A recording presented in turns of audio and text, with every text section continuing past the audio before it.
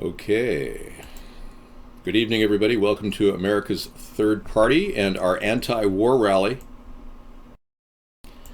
I am standing in front of a man who was a pioneer in nuclear radiation testing and measurement, and his name is Galen Windsor, and I uncovered his story a week ago, and it really kind of lessened my concern about the dangers of Fukushima. Now, as you know, I've been very concerned about Fukushima and draining into the ocean still, and I'm sure everyone there is worried about it as well. But it seems to me that my concerns about the radiation may be a bit extreme. We have some time to work with. We are dealing with dangerous plutonium, cesium, and uranium draining into the ocean out of the Fukushima reactor. And nothing's being done about it beyond what TEPCO and some experts there working to try to solidify the ground that's contaminated. But this guy used to drink the spent fuel water, tank water, that he was testing. He actually used to drink a glass of it a day. Now I'm going to look and find out how old he lived. I'm just curious. I just uncovered this myself. I hope you're all having a wonderful pre-Easter day. Welcome. Yeah, even Meow TV, he's here. He was a first responder at Chernobyl, and he's still walking around. There you have it. So basically, he exposed the misunderstood issues of nuclear radiation. Now, this is important because in our anti-war rally, we're trying to come up with a reason. We're trying to come up with the reasons why our government seems to be pushing for war in Syria and in other countries around the world, why we keep engaging other countries in conventional wars. This is an offshoot of the Kissinger plan of low-intensity conflict, which he presented in the Council on Foreign Relations in the 1970s, which has been going on for a long time. They've been starting wars. That's what the preemptive strike thing that George W. Bush did. But with the threat of nuclear weapons and the potential for global world annihilation lingering over our heads, you'd think that the forces that be, like the World Bank and the IMF and our government and NATO, would not be triggering aggression with Russia. So it brought me to this next question. Maybe there's something we don't know about this picture. Maybe nuclear bombs aren't exactly what we think they are. So I'm still looking into the dangers, but this guy had a different take on nuclear radiation entirely, and I'm just curious how old he was when he died. Or did he die? Maybe he's still alive.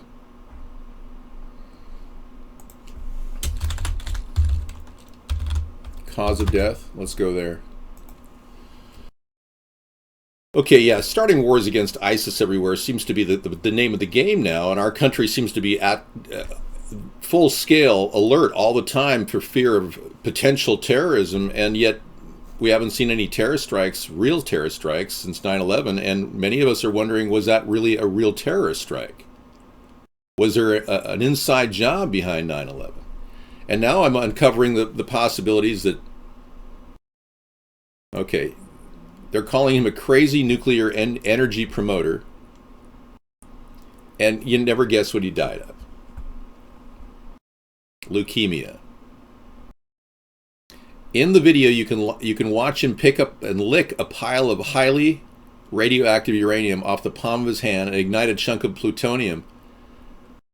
Yeah, how old did he live, though?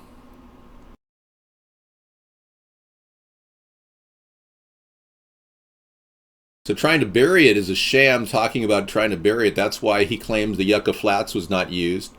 It's worth roughly $10 million in 1986 dollars a ton for nuclear waste. It actually has a resale value. So the reason why we haven't gotten rid of all the spent fuel rods in the country is because they want to profit from them. This is not a toupee. I left my hair wet from the shower so you could see that I have real hair. Yeah, there's no toupee. Who washes their toupee? Because I don't have a toupee. Thank you, though. Yeah. All right, so now you got me all thinking about my hair. Yeah, just not talk about my hair. That would be better. Thank you. Trump washes his what? Don Imus is not ISIS. No. They're calling ISIS whatever they want. Don Imus has a larger piece of land than ISIS has. Don Imus? Okay. Well, I'm not concerned about radiation as much as I was, knowing that this guy was, around it quite a bit, and I just want to know how old he was when he died. So, anyway, interesting stories about him propagating. Again, Galen Windsor is his name. I'll write it in the chat room. And I'll be playing a video about him tonight. He'll be talking about this at length. But, yeah. He died at the age of 88 years old, okay, of leukemia. You know how many people die at the age of 88 years old from leukemia? A lot of people. Hey, surfing girl. Yeah, a lot of people die of leukemia at 88. People, so I mean, his exposure to radiation didn't kill him quickly. Yeah, it was more than a normal lifespan. Yeah, so I think we may be overweighing the dangers of Fukushima. The real dangers are the death in the ocean of small plant life and animal life, plankton, the delta smelt. You might as well forget about those. They're not even replicating in the ocean. Sardines aren't replicating. The herring population is not replicating. So basically, with Fukushima, what we're going to see is not necessarily a direct effect on our skin or our bodies here in America. We may experience lung damage long term from breathing it, and all of the potential radiation from the gamma rays, etc. But again, I don't want to overstate something as disturbing as Fukushima. I don't want to make it seem like we're in desperate land now. We actually have time to solve the problem, I believe. But we're going to have to build fisheries and ramp up the production of fish and shellfish. And that's where our ocean pipeline comes in. We actually believe we could pull this off. And I'm telling you about these things because right now, if we don't do something to save the nation, long term, we won't have the food supply that we love right now. Okay, this is not the picture I wanted. This is my vertical windmill idea. But we have a great seawater pipeline idea that will actually help the country. We got a lot of great ideas. And each one of those ideas could be put to use to help make the country a better place. Here it is. These are desalination chambers that we would put in the desert, line them all up, connect the dots, create a matrix of them, and they would create fresh water no matter what the weather was like. Now, the reason why I'm talking about these types of solutions is what we have now is constant war from our government. The endless battle to create war. And for no other reason than to stimulate the economy or their pocketbooks.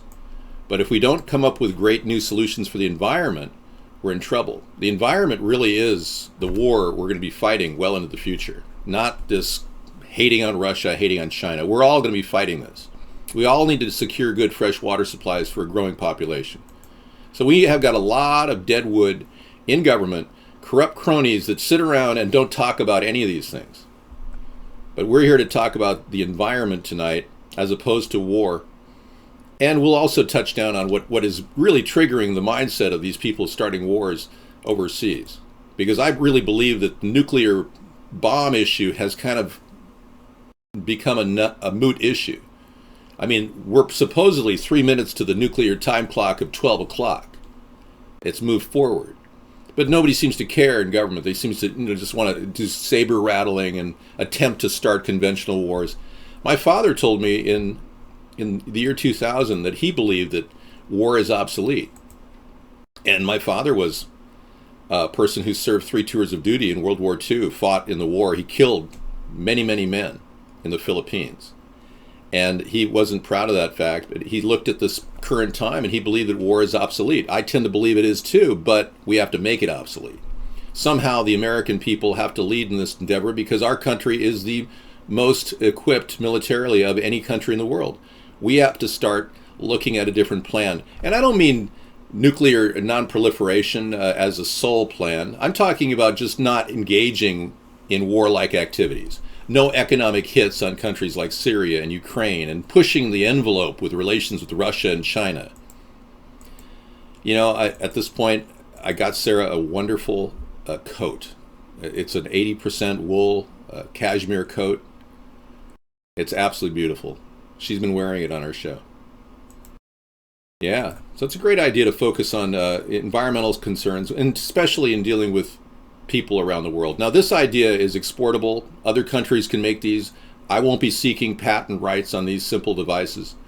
And it's just a simple desalination chamber that can be constructed quickly.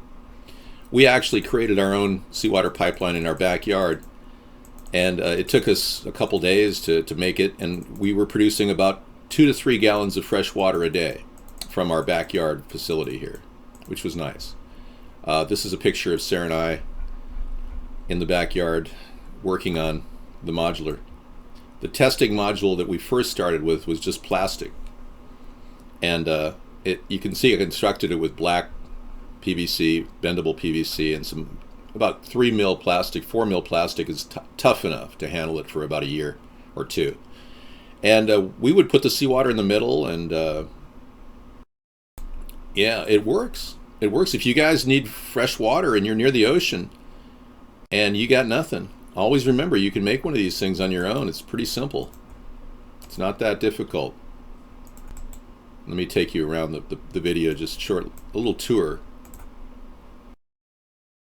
We laid the black plastic down, and we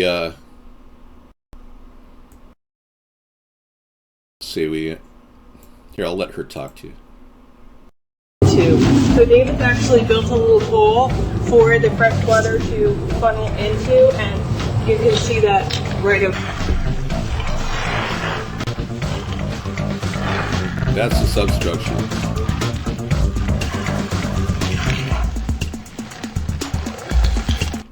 And then we actually roll it. Then what we're going to do is roll. Okay, see, I made pockets. She made pockets on the sides, so when you roll this over, the pockets collect the fresh water on the inside, much like the reservoirs on the sides of this unit I'm showing right here. So the pockets collect the fresh water, and then they drain right into barrels at the base. You can see me standing there. Let's see if I can get a picture of the inside for you.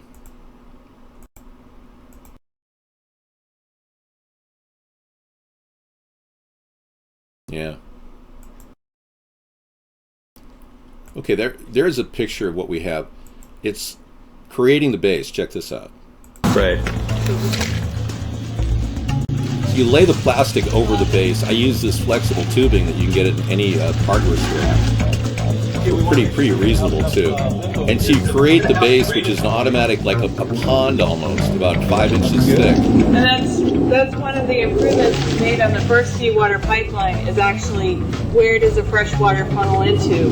So David's actually built a little hole for the fresh water to funnel into. And all right, that's all I can show you right now. Anyway, thank you for just taking a look at that. I'm not allergic to the sun. I'm fine. No, I'm creating fresh water from seawater, and we can, like I said, create 2 to 3 gallons a day in this unit, which is great for a family of 4 if you have to survive. Why would the New World Order have me arrested? I'm trying to solve problems here. I don't want to break down the existing government. I want to replace the government officials with good quality officials. I need good people, not corrupt cronies who want to suck up to corporations like Monsanto and Dow. We need good people in government, folks. Right now, we've got a lot of corrupt cronies. Nope, Sarah's not pregnant. We're not having children. In some states, it would be illegal to collect rainwater. But this isn't collecting rainwater. This is desalinating seawater. In Colorado, you actually have to, you're not allowed to collect rainwater. It's ridiculous. I will pass an executive order outlawing any state from making it illegal to collect rainwater. That much I will promise you, along with many other things. It was an old video, yeah, it was 7 years ago. The pin, the mysterious pin that Trump won't explain. All right, hey, don't call anybody names here, buddy. That's a bannable offense. I do a nonstop show, continuous talking for 4 hours every night. I'm trained to do this. I'm a highly trained entertainer and politician. Not many people can do what I do. Well, I won't have to ban you because you're already banned in your own mind. Yeah, you've already consigned to being a person who's extremely bi-curious. You probably are prone to thinking of yourself as well, are you watching a lot of gay porn? That's the question. Because that would really, kind of help all the people in the chat room to better understand you. All right. Oh, thank you, Herman. No, you're welcome to all your porn. In fact, I don't really think that we can do much at all with the porn industry as it exists. It's a for-profit industry. I don't want to in any way jeopardize private sector operations.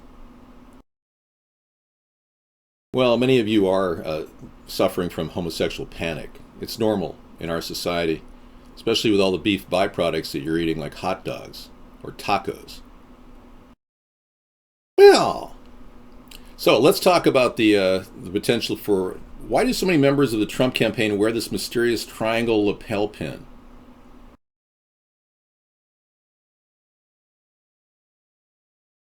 Yeah. There's nothing there, just this triangular. Yeah, we don't know. It's probably he's communicating with his elite warlords who are managing. I wouldn't doubt there's a camera in there. Everyone who's running the campaign and all the puppets that work for Mr. Trump, Humpty Trumpty sat on this wall, and all the minions kept watching. I wouldn't doubt that they're watching through this little pin, because they make cameras that small.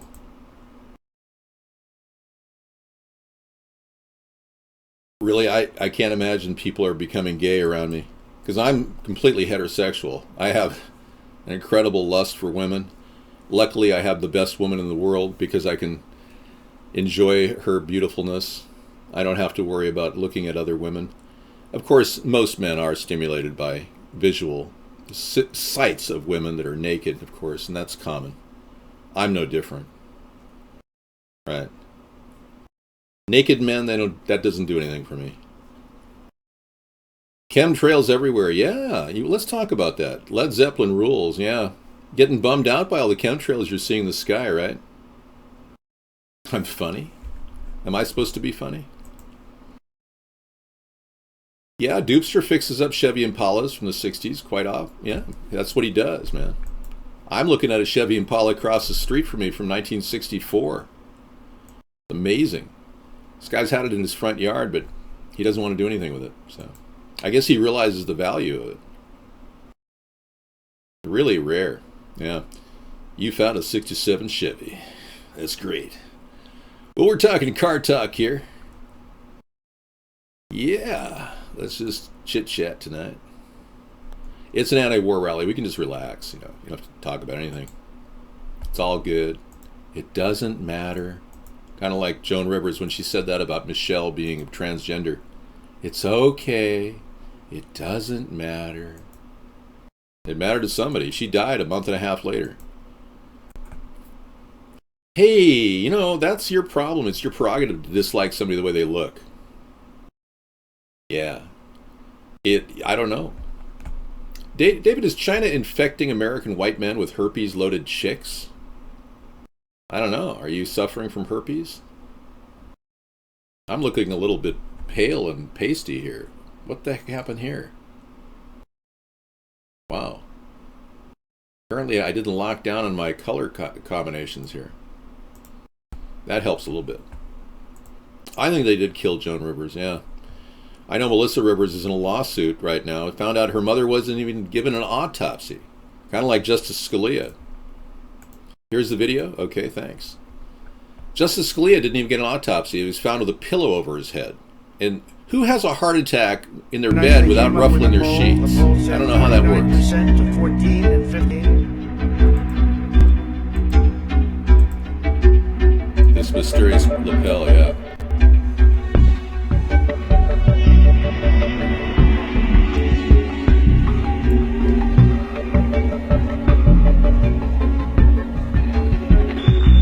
They just announced North Carolina.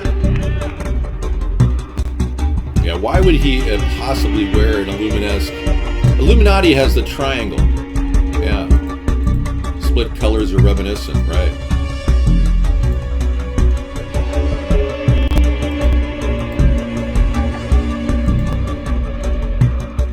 Thank you. Emblem experts point to the similarity of the pink triangle. One theory from the Huffington Post reporter said the Secret Service identifier, like Man from Uncle. Maybe they're all Trekkie fans. Thanks, Pokey TV. Yeah, you know, there's a lot to be concerned about. If he is, like I've been saying, a Zionist shill, Sanders will win Washington. I'm pretty sure there's enough Bernie people out here to win Washington. Yeah. There's nothing wrong with my hair. It's all good. I get relief later in the show, so I'll go put a comb through it. Don't worry about it. It's okay. It doesn't matter. Yeah, so I wanted to give you a little heads up as to what's really forming decisions in America. And it's really just a simple thing, really. It's not anything more than just the Illuminati. Yeah. They're running the show. The Rothschild family controls everything under the sun. What's really interesting about flight MH370, you know, the missing airliner that allegedly crashed, but we never found the black box or the orange box. Well, it's interesting to note that the Rothschilds are now the only patent inheritor of this microchip, the KL03 microchip, now under full control of the Zionist elite. That's right. So they get rid of a plane like MH370, and there was a credible tweet. Actually, it wasn't a tweet, it was a forum post of a guy who posted a statement from his cell phone, which he said he was on that flight, and he said he pulled the cell phone out of his butt.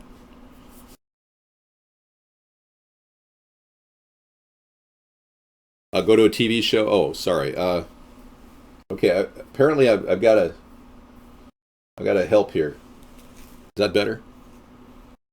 Yeah, he pulled a cell phone out of his butt.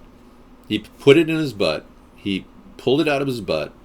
He managed to get a text message off to his a forum out there that was completely independent. And he, according to the kernel logic used in the text message, it cannot be hacked. And the text message came from Diego Garcia, which is a large base the United States has down in the southern oceans. Yeah. Sarah's coming in. I'll go comb my hair. Thanks. Okay. All right. I'll sit down. So this is an interesting patent holder now. Before the accident, there were many people that were living that owned the patent, but after the accident, he's the only one left. He's the only one left, yeah. Yeah, he's the only patent holder left. All the others died in that accident. It's pretty amazing. Huh, pretty crazy. Hello, 164, hello all of you. Yes, I suppose it could be Alpha Geek, as long as you have the right equipment to hack it. You can hack the encryption. Hello from Canada. Hello. I know I don't like the fact that they're taking away our third-party song. I think somebody uploaded it and claimed copyright status or something, and then it's just now it's down to the algorithm, and I don't want to fight it.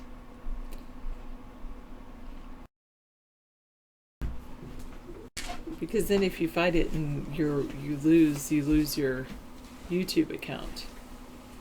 It's ridiculous. Yeah, let's check our mail to see if that thing was taken out last night, because if we had a blocked in 18 countries, then we won't do it again. But if we were okay, then we'll do it again. All right, so yeah, is that better? Thank you. I'm glad that you were concerned about my hair earlier. Thank you. You've been a big help criticizing me. Yes, that's what I do often, DT Laura. I wonder what those weird triangular pens are. They could be cameras. You know, the Illuminati probably wants everybody to, check triangular in. What? Well, what are? Well, there's these interesting little pins, that mysterious Trump pins that. Oh. Everyone's wearing this triangular pin, very Illuminati-esque. And we've been talking about Trump going to AIPAC recently to get money. Huh. And a lot of people are concerned that he's really a Zionist shill. It's time for Sponheim. Nico TV. Well, I'm already live on Nico TV. You guys can broadcast me live right now and ask me questions.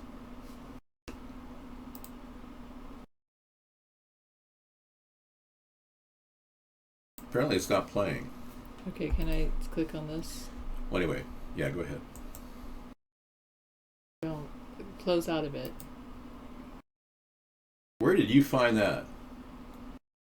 I don't know. You pulled something out of my 8th grade classroom experience. Maybe he's an 8th grade student or something. You're something else, but you've been doing some deep research on me. Okay, so that's the pin right up there in the corner of the screen. It's this triangular pin all the Trump employees are wearing. See it? Why do so many members of Trump campaign wear this mysterious triangular lapel pin? And it does kind of look like a camera. Oh. All right. It probably is some kind of camera. Good. We're all set. Yes, you can rebroadcast the show to Brazil. Good. So we don't have a problem with the can't stop because we won't stop song. So we're good. It was just some weird glitch. It was a weird glitch that came in. So that's good. I'm glad we tested it. All right. I'm glad that too. Hello, Dupster. How have you been? You've been busy. Yeah, he's been working. He's been doing a lot of car work. He restores cars from the 60s, and he turns them for like $10,000 or $15,000. He makes pretty good money doing that. Good job, man. And you glad to hear you're doing well, for sure. I'm doing well too. I'm looking forward to Easter tomorrow, and then eventually I'll be looking forward to spring break. Not for now, but I didn't know people buy each other gifts on Easter. I didn't know that either.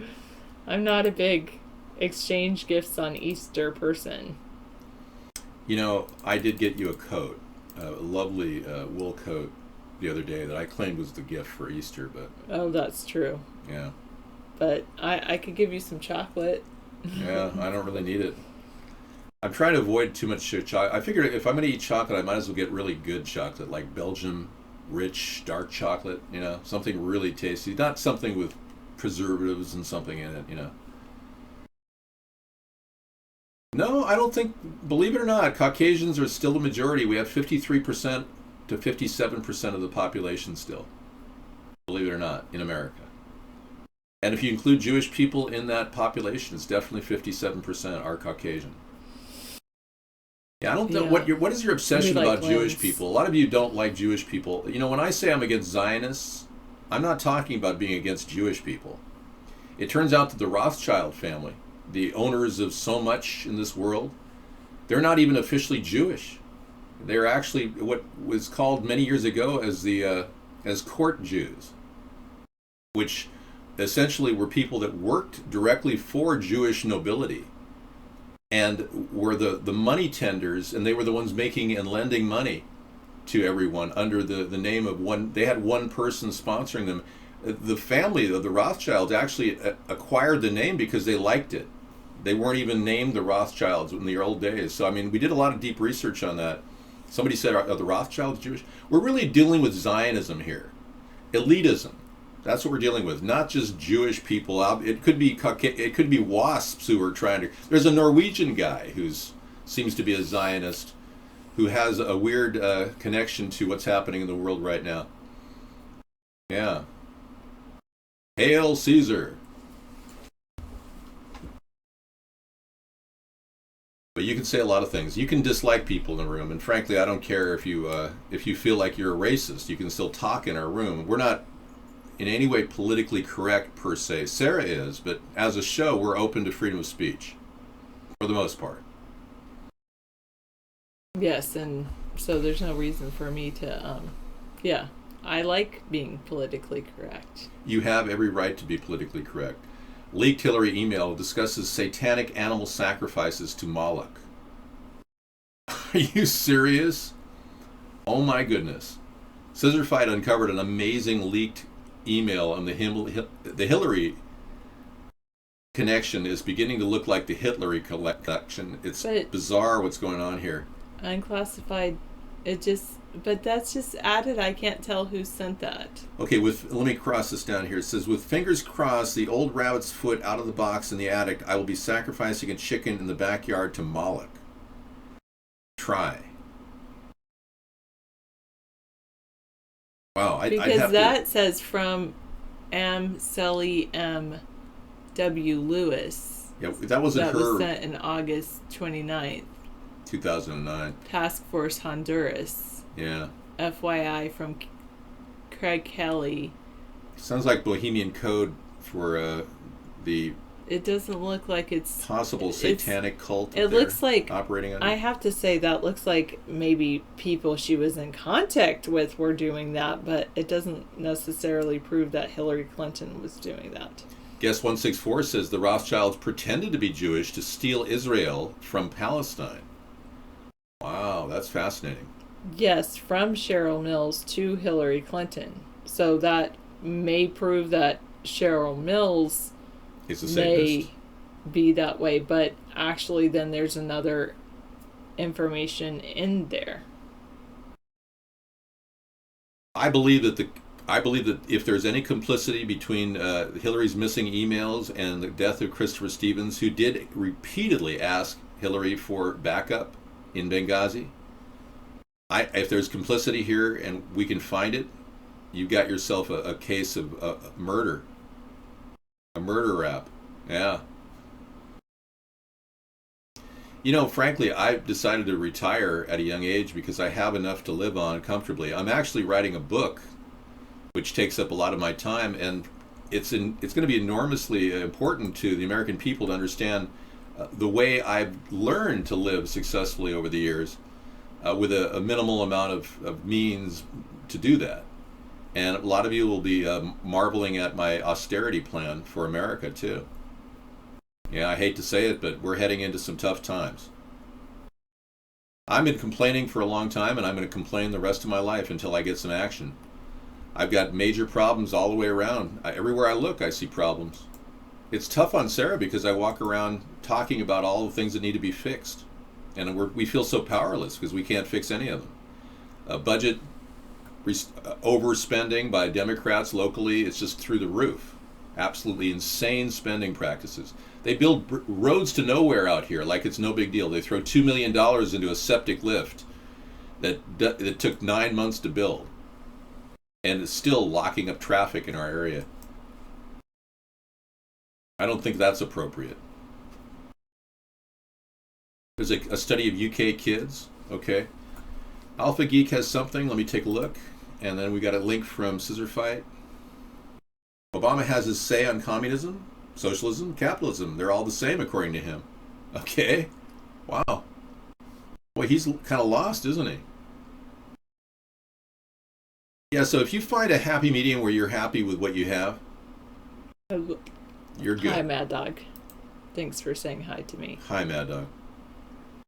Thank you. If the American people realize that we are sitting on a gold mine, okay, literally, we've got a gold mine in New Mexico I didn't want to talk about, but whatever.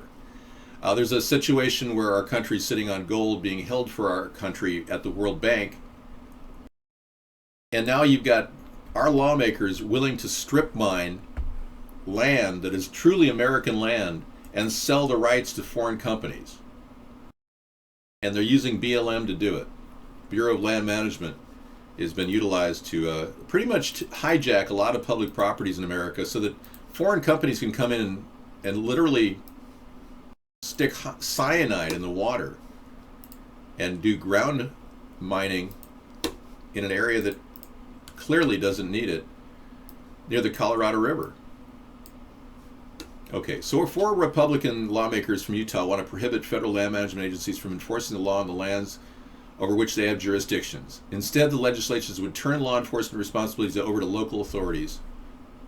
All right. They would defederalize law enforcement responsibility on lands the BLM is taking over. It comes just weeks after the violent resolution of the armed standoff between law enforcement agents and anti-government activists occupying the refuge in Oregon. The refuge is under the jurisdiction of the Fish and Wildlife Service. It's not clear how the legislation would impact the BLM and Forest Service there.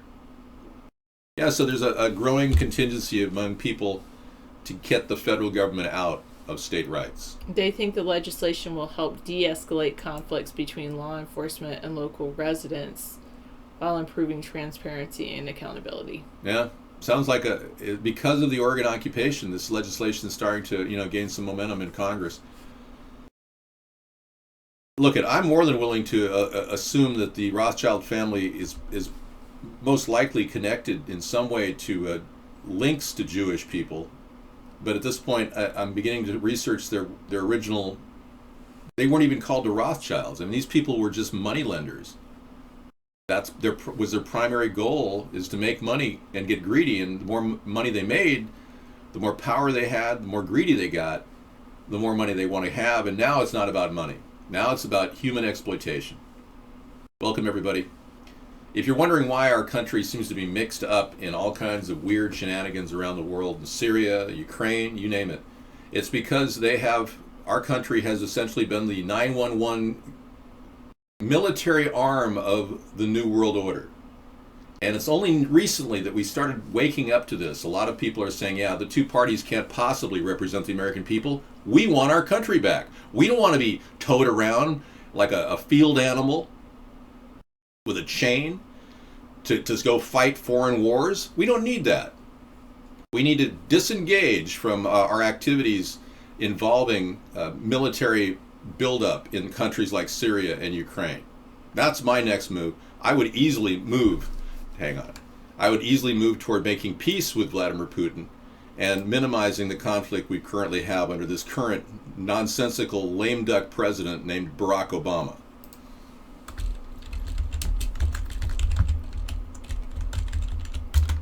In our state, it's required that it is said in each, the Pledge of Allegiance has to be said in each classroom, or at least over the announcements.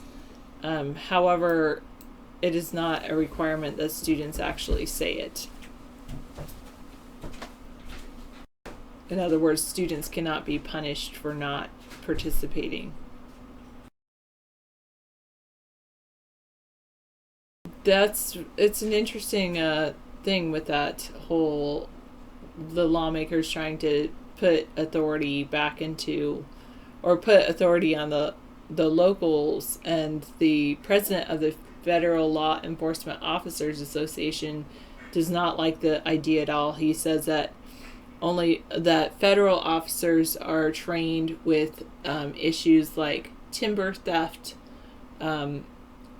protecting archaeological resources, and investigating wildfires. Thank you, 567. Read this when I have time. Okay. I'll pull it up.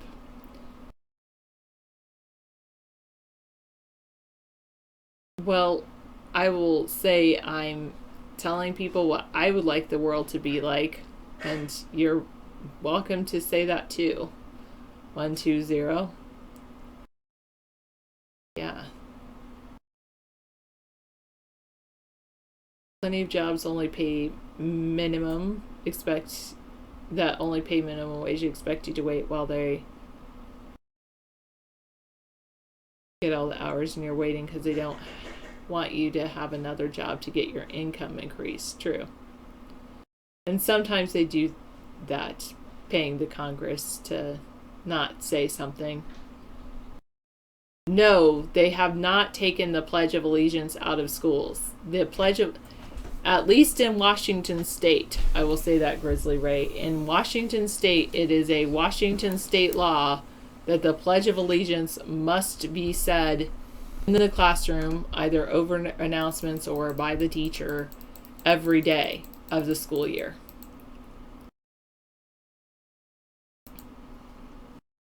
I'm not ignoring Dubster.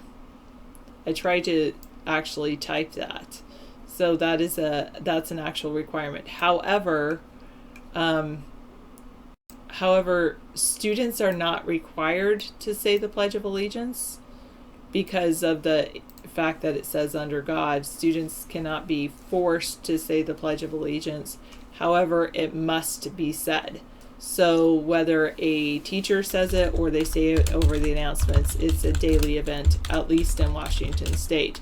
You can contact your Department of Education in your state to see if it's different in your state.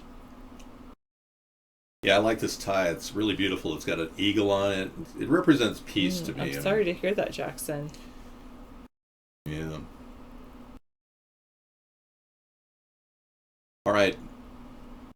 Jackson, you fell down the stairs and broke your ankle? Oh, man. Did it have something to do with the fact that you were drinking shots last night? And the night before? There may be a connection. You may want to think about that. David will encourage the decrease of fluoride from your water. That's right. And Hawaii may become the first state in the U.S. to decriminalize all drugs. Wow. Hawaii is considering decriminalizing. Apparently, they want to protect some of their cocaine, possibly a little bit of trafficking going on. What's going on with Hawaii? I can't imagine. They're really going up against the government on this one. I don't think the government's going to be too happy with that. Personally, I'm willing to vote in favor of decriminalizing all drugs if 2/3 of the country wants to go in that direction. But Hawaii may become the first state in the U.S. to decriminalize all drugs. Well, I don't know. I don't know what to say. I'm never going to ignore the Jewish lobby. I said we're concerned about the threat of Zionism, and the fact that Donald Trump and Hillary are both in the back pocket of AIPAC is a serious threat to our nation's security. Don't get me wrong. I address this issue, unlike Trump. Oh yeah. Trump doesn't have any clarity whatsoever with his decisions. He's gone against the First Amendment when he wants to ID Muslims and against equal protection under the law. He's gone against our Constitution when he wants to create deportation forces. I mean, he's violating all kinds of constitutional law every time he speaks on these issues. So that's not a good, clear-minded person who can help unite the country. That's a divider. Just like Obama, but from a different angle.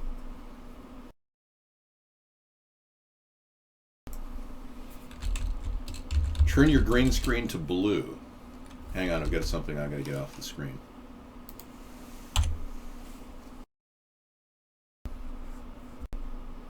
Here, I'll switch places with you. Or are you... I thought you were going to take a break and actually have dinner. I was, but the chicken wasn't quite done. I needed to kick it up to low. Oh, okay. It was sitting there just, looking like... I don't know. Wasn't that appealing. Okay. I'm not here to judge you. Yeah, Trump is an idiot bragging about his Jewish grandchild to AIPAC, while the American people who are in favor of Trump are in the dark when it comes to knowing about my ideas. I mean, I am the one who's been out against AIPAC for over 8 years. I've been trying to lead the way toward a solution that'll prevent illegal immigration. So I had the no refugee plan 2 years ago. 8 years ago, we came up with a 1,000-mile fence. Sarah suggested we make it lethal electric, and I agreed with her. So, I mean, we've got a lot of innovative ideas that are being taken by Trump to get notoriety. It's kind of pathetic. And we worked years to create these ideas and get these things out there for the American people to understand. We're getting no press. We're being censored. Thank you. The cast is good. Let me change the coloring on Sarah. That's bothering that's okay. a lot. No, it's really bothering a lot of people. Well, it's because I'm wearing green. I'll take care of it by just leaving. No, he said change to blue. Let's just try it. We can't change to blue. It doesn't exactly work that way. Because we have a green background, so you can't change to blue. No, we can't. Sorry. So just go to chroma key. That's the best. Yeah. Or it was. It was a good thing. Yeah. See, now I have no idea what you did. Now I've got to change the camera around. So let me just do another camera link. Okay. Hang on. Hopefully that will work. Yeah. Well, let's pray. Let's say a little prayer about it. Would that be using the Lord's name in vain if we did that? This is not a religious show, by the way. In no way is this religious.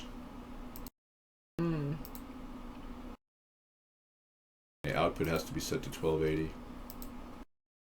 Yeah, this is the background issue that we have. Okay, now we have to adjust the camera. Well, we've been censored on YouTube. Our hits went from 20,000 a week to 20 in 2011. We saw a massive change in the way they promoted us. We found out that we have a strike against our record. They won't admit it, but they put a strike against me because of my parent. I'm not sure why they put a strike against me, but it definitely has a lot to do with what's happening now and why we get so few hits. It's getting there, buddy. You're the guy that complained about the green screen earlier. And now he's saying, put the green screen on, man. Yeah.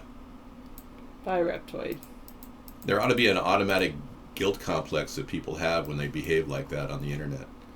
You should automatically have. They don't feel guilty in real life, so... Frankly, I don't think they have a life. So they don't have a life. Of course, they don't feel guilty about it.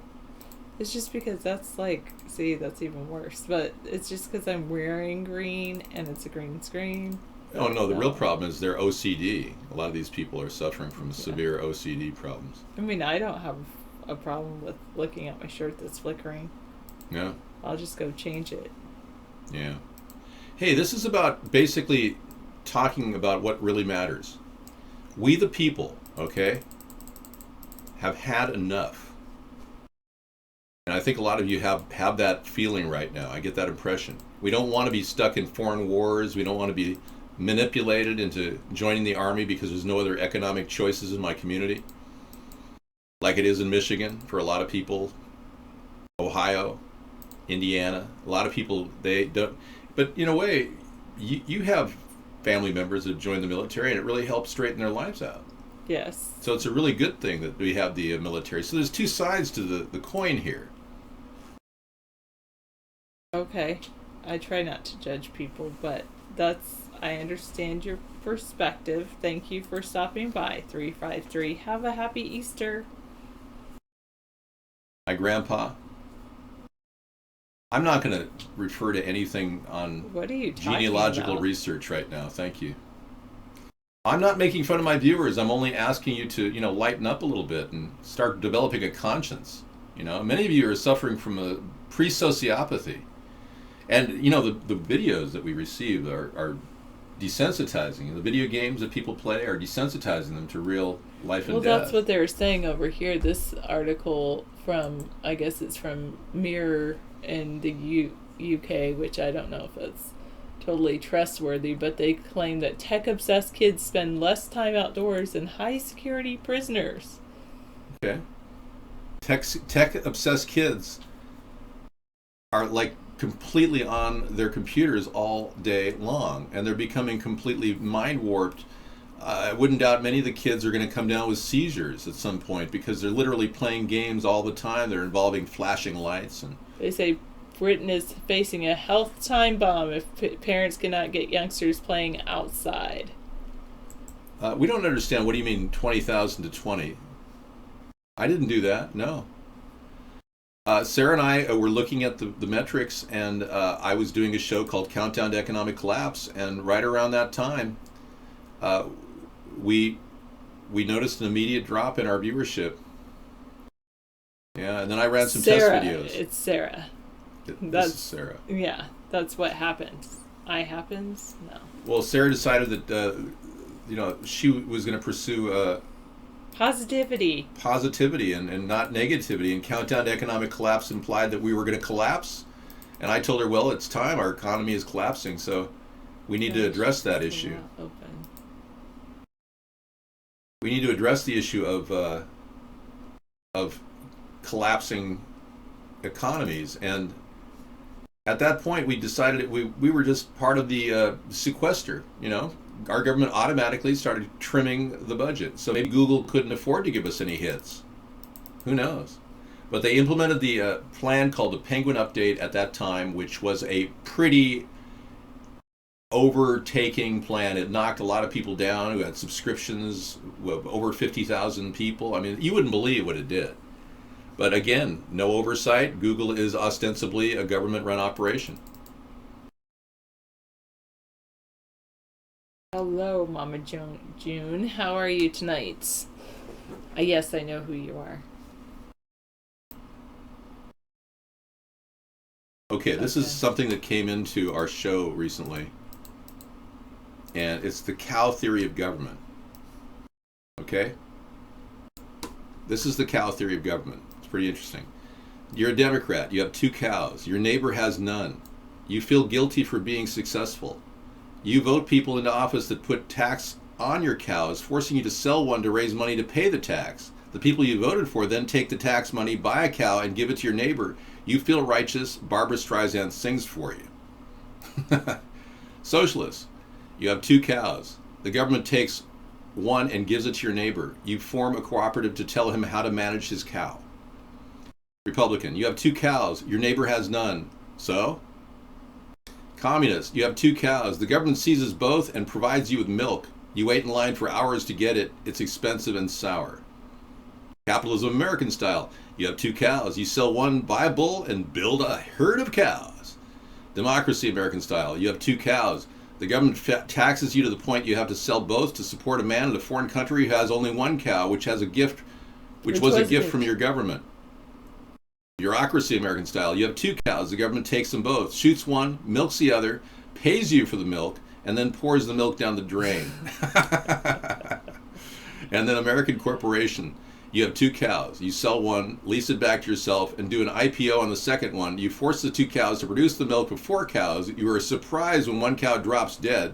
You spin an announcement to the analysts stating you have downsized and are reducing expenses, and your stock goes up. French corporation. Anyway, I'm done with this. The cow theory of government from rents.com. Let me give you the link. You can spend all your time thinking about it and trying to make sense of it. It's definitely your homework assignment tonight. All right. You know, I'm not in any way going to do something outlandish. Somebody asked me to do a voiceover for a porn the other night. I said I don't do voiceovers for porn. I just can't imagine. What am I going to say? Ooh, ah. You know, it's ridiculous. Oh, lo. Ooh la la. Ooh la la. Whatever. All right. That's ultra-Orthodox commentary. Not for me, man. Yeah, I'm not in any way religious. You're laughing. Jackson's laughing and he has a broken ankle from falling down a stairway. I don't have a fascination with high heels. In fact, you're the only one who's been talking about it in our chat room. Okay, French corporation. You have 2 cows. You go on strike because you want 3 cows. You go to lunch. Life is good. And you have sex at 4 p.m. Well, I haven't gotten to the cowbell yet. That was the next step in our move. Oh, I don't know where it went. It's back this way. Well, there is no cowbell. It was destroyed in our searches. Let's get back to the cowbell. That's the thing that is most important in our show now. People have become so brain dead that they just want to hear the cowbell. Yeah. It's kind of a soothing sound, I have to admit. That measures your relative awareness. No, I'm just kidding. I like the sound of the cowbell. Oh, you admit it. I like the sound of the cowbell ringing in the air. Something like that. I like the sound of the cowbell ringing in the background of my show. Yeah. Howdy. Probably Reptoid, but most of those views were probably from 8-year-old children. Howdy. This is my Don Imus look. Now your brain is awake. Good. You finally woke up from the cowbell. Yeah. Yeah. Civil War was about destroying the de jure government and installing a de facto government and creating USA Corporation. Right. It was mission accomplished. The Act of 1871 was born out of the Civil War. And all the great work that Abraham Lincoln had in mind for the Reconstruction never happened. So a lot of people, blacks that had become part of our U.S. Army at the time, because when the slavery ended, we actually enlisted blacks into the Army. And it happened to be a kind of a bad transition for other black people who were not given any opportunity. Abraham Lincoln had Reconstruction in mind. So basically, that's how the city's formed, and that's how we have enclaves of minorities living in slum-like conditions in various cities in our country. But should we have to pay into that with affirmative action? Hell no. I think things have leveled out in the playing field of the job marketplace. I think we've got enough of that. So I will nullify and overturn affirmative action. Donald Trump has not said anything on this level. You got to understand, I understand your predicament. Many of you have no idea how detached Donald Trump is from your real life. I mean, he doesn't shop at Walmart. I do. Thank you. That's the sound of the cowbell singing. There you go. All right, so you got a lot of anger towards Zionism. Let's not direct it toward Jewish people, okay? Thank you. Trying to steer you toward anti-elitism. That's where I want to take you tonight. I'll be back shortly. I'm going to heat up my coffee and then I'll take over. Okay. Don't worry, Grizzly Ray. I'm sure it will happen pretty soon. Trump had both 407.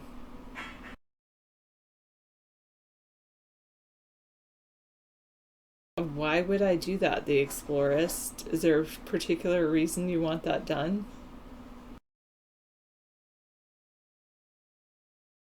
Oh, thank you very much, Alora.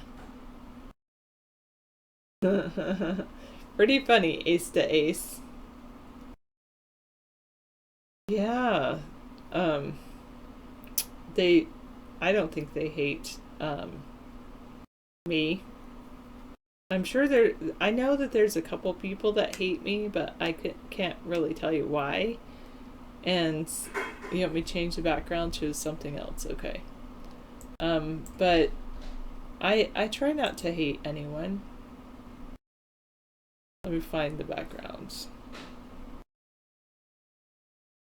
No.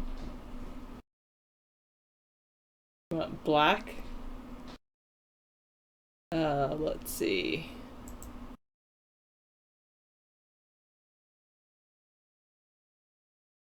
I don't know what all these are. There we go. I'll leave that. How about that? No, I don't want to hurt anyone. 444.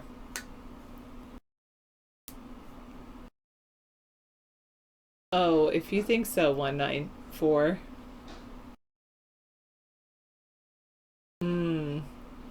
So they really despise me, huh? Just because I was born the way... Well, basically because I was born. I'm not a big fan of cartoons, no. Thank you. You think to hate someone is a right? Well, I guess in a way it is a right. You can dislike anyone that you want to dislike.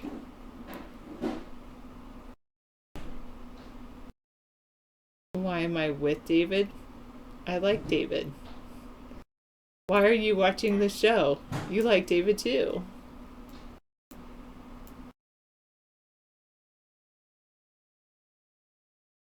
Oh, just... Okay, thanks 194 for telling me that.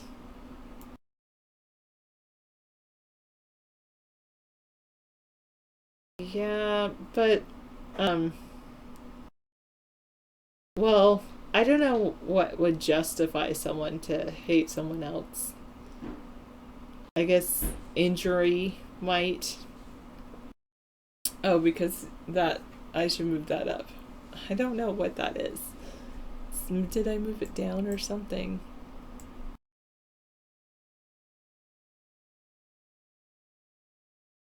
No, I don't want that one. Let me find this.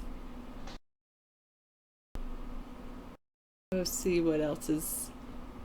It's this right here. Okay, and then I could move it up if I...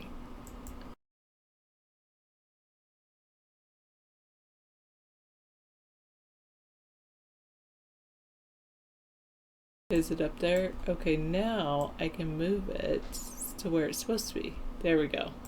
Now it doesn't look like David's just peeking out behind the chair. Okay, I won't tell him that. I don't know why that is, but I won't tell him. Yes, sometimes people get on my nerves too. Yes, you're right, 229. I guess that would be justification. Oh, 444. I'm gonna stay right where I am. I've chosen my life and I'm dedicated to it.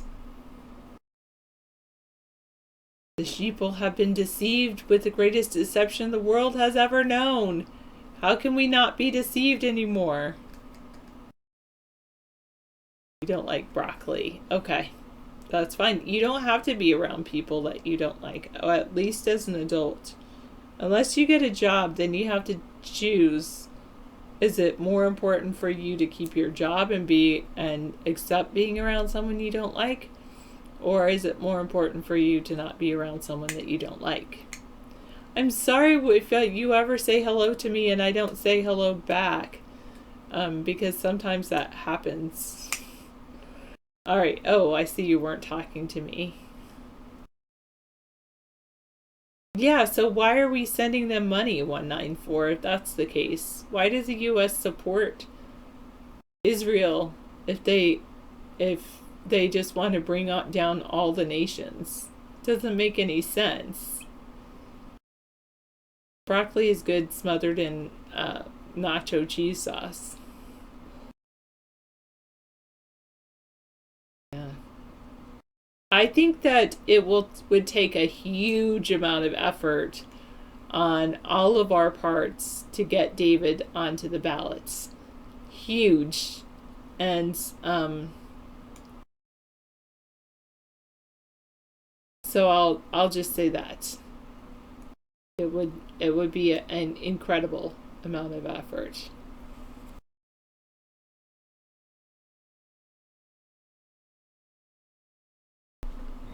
Thank you. I don't think it should be pickles. Well, then you can donate 306 AmericasThirdParty.com. Hey, pickles. Yeah, the real problem we're fighting here is extreme greed, okay? That's the real problem. Extreme greed at the highest levels. I'm not talking about you and your family trying to get a little piece of terra firma so you can live a good life. That's not greed, okay? Greed is when people at Goldman Sachs give each other $500,000 bonuses because they literally are making tons of money on the government's borrowing money. They make 6% every time our government buys a treasury bond. That's huge. When they're floating in cash. And you're not invited to that little cadre of greedy people. So that's the problem. Trump is part of that cadre of greedy people. And he's openly greedy. He brags about being greedy. Of course, I know what their background is. I even talk about how 90% of doctors, 90% of lawyers and bankers are Jewish. But I'm not hating on Jewish people here. I'm not. I think he's just talking about this person was, not you. I'm talking about simple statistics here. We need to level the playing field of opportunity for the American people. I'm not ignoring the main problem. I just don't want you people to deny people their rights given to them by our Constitution, like Donald Trump wants to deny the rights of Muslims. Okay, he's running an anti-Muslim campaign. I'm not. I'm running a nation safety campaign to actually protect our borders and define what America is, not some global elitist toy to play with. Now, we spend more on our military in this country than all the other nations combined. That's something that's got to stop. We can't keep funding a massive amount of military buildup. We're literally becoming the problem. We're not solving the problem, we're becoming the problem. So I'm recommending a $500 billion military budget, which is still more than all the other countries combined, but something that actually makes sense for the American taxpayer base, because right now we can't even keep up. We're barely meeting the interest on our debt.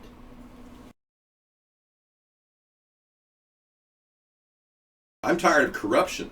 I don't want to necessarily label it. Hi, heavy duty. All right. Thank you. All right, so we've had a lot of discussion here. You can get down and dirty. We can sit down, and Sarah can eat her dinner. You know. Oh, right. No, I mean you don't have to. I don't want I you to leave. forgot that I was sitting in David's chair. I was wondering why I was standing up. Why are you standing up? Anyway, yeah, it just turn it down to a simmer when you're done.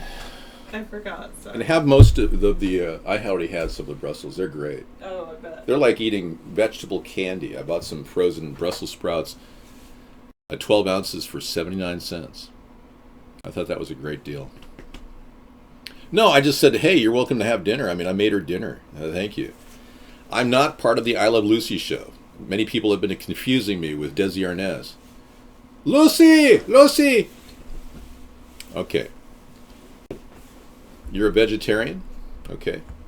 I'm not an elitist. No. I'm a person who believes in shared duty and shared benefits. I don't think that this country is really sharing opportunity. We have the most separation of income equality in our country's history. Never before has it been this bad. And I don't hear Bernie making any major moves. I mean, I'm going to fire everybody at the SEC. That's for starters. Barack Obama didn't fire anybody for the first 4 years. That's how useless he was. He never fired one single person on the SEC until I kept hounding him. And then he finally reviewed the panel of SEC members. Well, look at 79 cents for a frozen Brussels sprouts is a pretty good deal. I bought 6 packages. Yeah, I mean, I can't pass up. They're normally like $2.98 at the frozen. Anyway, interest on our national debt is owed to the Federal Reserve, yeah. Well, the Federal Reserve just takes that and pays the World Bank. They're simply the intermediary between the World Bank and us. Our treasury bonds are issued. U.S. treasury bonds are issued out of the World Bank, not out of the United States government. We're merely some sort of a shell corporation right now. The United States is. It really isn't what you think it is. The United States of America, our country, that our laws are based on, that our Constitution is predicated on, that this legal document is our business plan. But we haven't used this for since 1933. March 9th, 1933, the United States of America went bankrupt under FDR. And we've been bankrupt ever since. The Federal Reserve is the bearers of the gold notes, referring to gold that we have, and they have been the intermediary, and we've never been able to touch our gold. You see, the Federal Reserve is a private corporation, a group of bankers that are standing in the way of what we as Americans own. We have close to $40 trillion in gold in store for us at the World Bank. Some guy is sitting there probably holding on to it and looking at it every day. But we can't get to that guy. We can't even get the Federal Reserve to go away. Congress is they basically are lobbied to the hilt by all the people that support the Fed. When Ron Paul wanted to challenge the Fed, he put issues in front of the House of Representatives. Bernie Sanders went against him. So if you're a Bernie Sanders person, you think, oh, well, Bernie's going to help solve it. He said he's going to stop the Illuminati. Bernie hasn't even talked about the Illuminati until last month. The guy is just trying to grab onto whatever is popular. He has no idea what I'm talking about. Bernie doesn't understand this dynamic. Many people don't. But the ones who are in the know are trying diligently to get our gold back.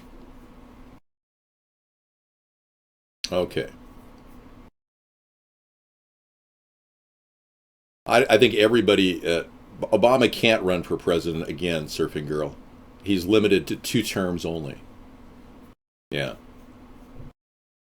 Well, this was a packed room, ace to ace, because Vaughn has prevented people from coming to our show. There's a limiter on how many people can actually enter here. Well, Bernie is stealing ideas from me all the time. So is Donald. It doesn't matter. I've been dealing with these for 8 years with no media attention. So I'm basically in censorship land. So people just fleece whatever they want out of this show.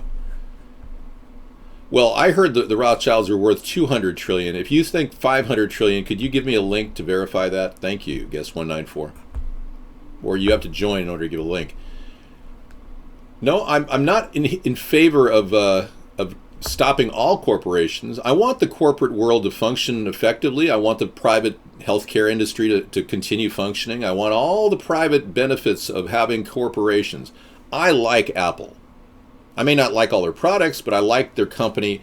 Unlike Donald Trump, I don't want you to boycott them. They're actually trying to protect your privacy. They're trying to hold back the unbelievable threats from the FBI to take away our rights to encryption on our phones. All right.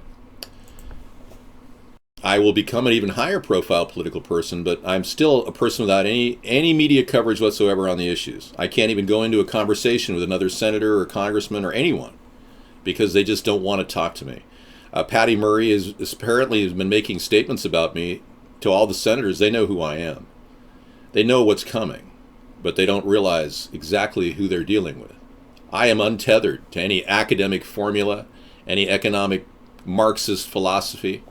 We actually believe in a brand new way of reviving our economy, where the government gets a return on investment and operates without unfair advantage, and gets accountability from a lot of private sector organizations like Goldman Sachs, and reels in these people who are making tons of money. Morgan Stanley makes money on food stamps. They make 6% every time you use your food stamps. JP Morgan makes money on all of the Social Security and welfare income. They're literally handling these notes and making 6% when they move your check. I mean, it's unbelievable the amount of money they make. Calling me a clown is an incredible underestimate of what I am. You have no idea. Okay, hair is fixed. There we go. Fixed hair. Is that better? Thank you. Okay. I know the Rothschilds own the majority of JP Morgan. The Rothschilds own the Federal Reserve.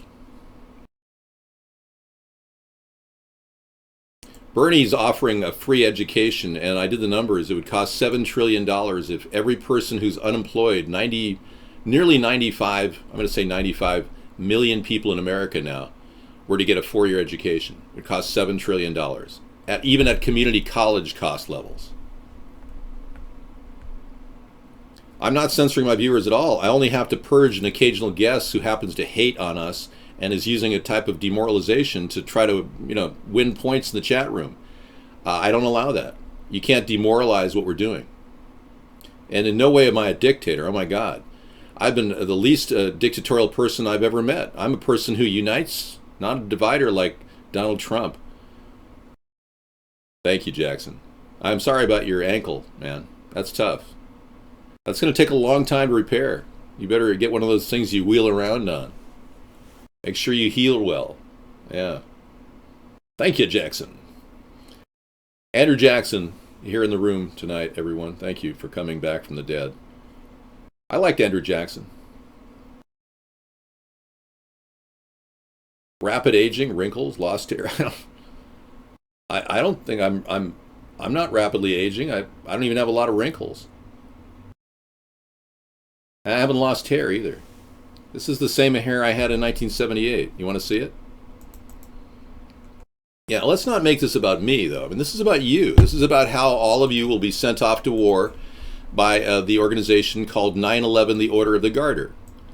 These people are commanders of the Eastern, Western European nobility. They make the decisions.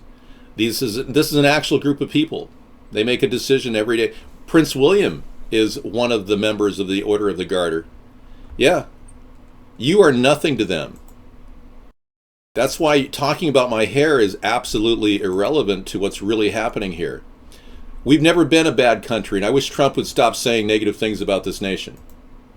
Trump won't make anything great again. He can't even get a zero balance on his debt sheet.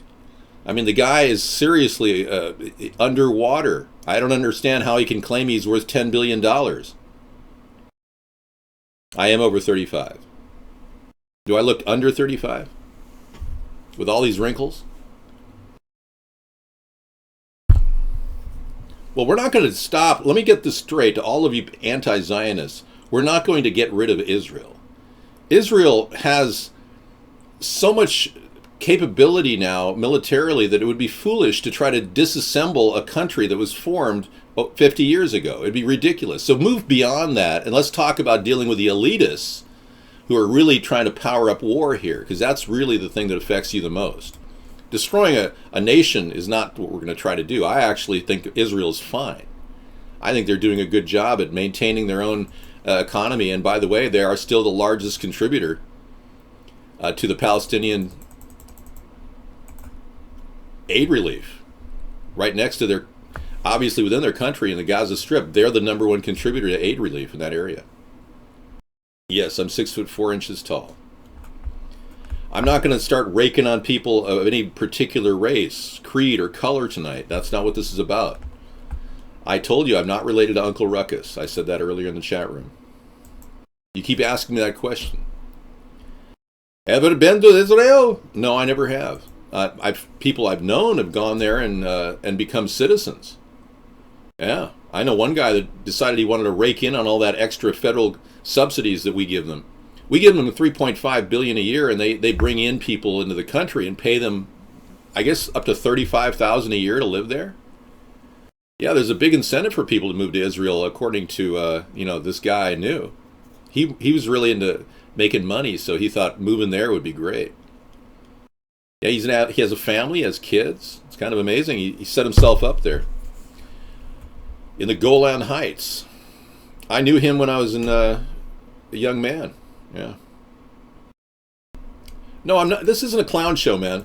I happen to be one of the funniest people in the world. And you can't understand that because you have no sense of humor. No, Surfer Girl is not my daughter. Okay, so the 9/11 Order of the Garter, they don't want to hear about legalization of marijuana. They just want to see war and things take place to control their fortune. This would be considered nouveau wealth. Marijuana sales in Colorado beginning to surpass alcohol sales. Could this shift in consumption lower cancer rates as well? Well, the American people have to realize that they got to go against a very tyrannical two-party system to stop the cancer rates from increasing. We are screwed. You're getting hit with GMOs in your diet. Yeah, so marijuana might just help. I'm not a comedian either. Don't get that mistaken impression I'm a comedian. I just happen to be the funniest person in the world. I've been told that. Now, you may not have laughed at all tonight. That's why we have the cowbell for you to wake up from your sleep state.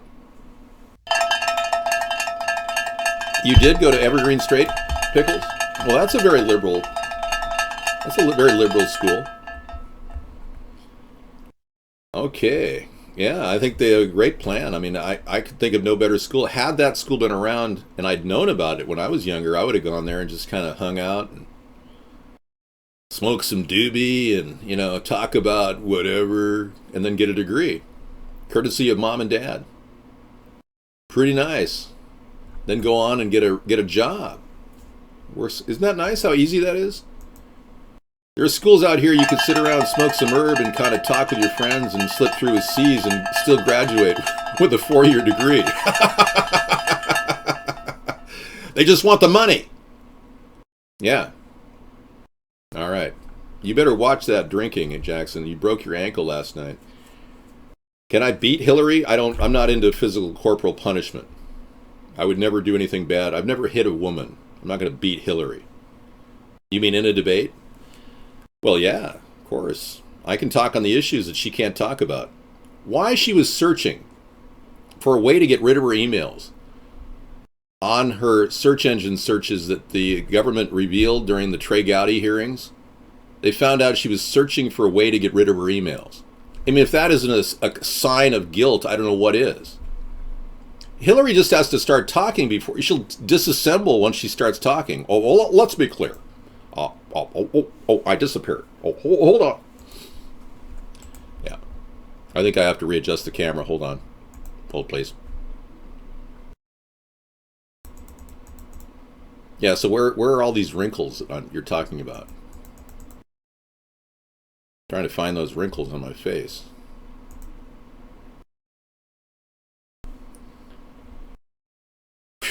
I vote for David Sponheim. Thank you, Surfing Girl.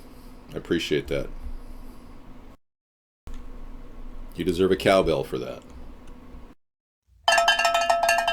Yeah, Hillary's in bed with the elitists. Let's face it. She wouldn't have amassed $2 billion in a campaign war fund. I have nice teeth. Yeah, thank you. She wouldn't have amassed all that money in her campaign war fund if she hadn't been, doing some side deals with a lot of super PACs. You know that. A trade deal with Cuba is really a sleeper cell infiltration. They can move 250,000 UN troops here in 6 hours. FBI personnel are going to be in with police for a strong city initiative, along with the BLM and other telling them to go to arrest. Loretta Lynch is going to have people arrested who protested against global warming. Wow. Okay. Mr. Bill is concerned that the UN is going to be using Cuba and this new trade deal with Cuba as a backdoor to bring communism into our country. They're using a Marxist directive, that's for sure. That's why so many people are really kind of confused when they hear about our planned hybrid capitalism. In no way is it Marxist. We simply want to create jobs for the American people.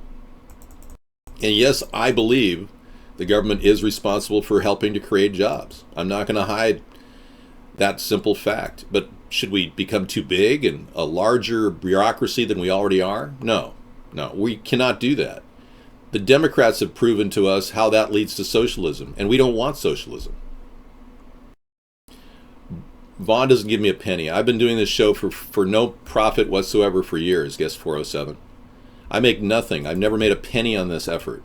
This has been strictly because I believe in what I'm doing, and I believe our Constitution is being attacked, and I believe democracy doesn't even exist in our country. And I also believe that we, as a nation, don't even have a voice. None of you do.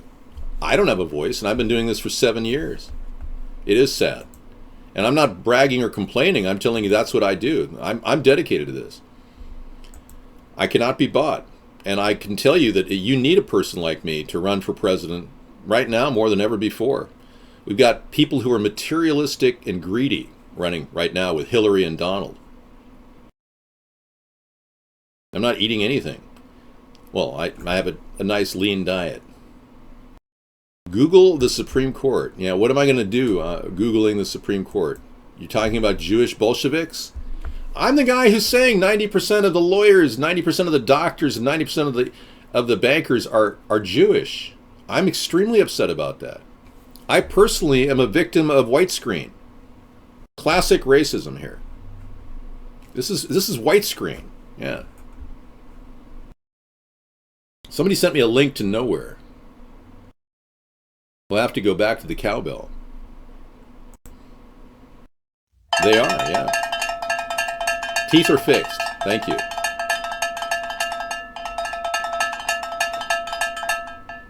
Disproportionate success. I agree. 60% of millionaires are Jewish? Yeah, that wouldn't surprise me. Over 60% of our Congress is a millionaire. So, there's all these things running through my head it doesn't jive with me. I'm a victim of affirmative action. I'm in there swinging to help people like you to try to get an equal education with black people.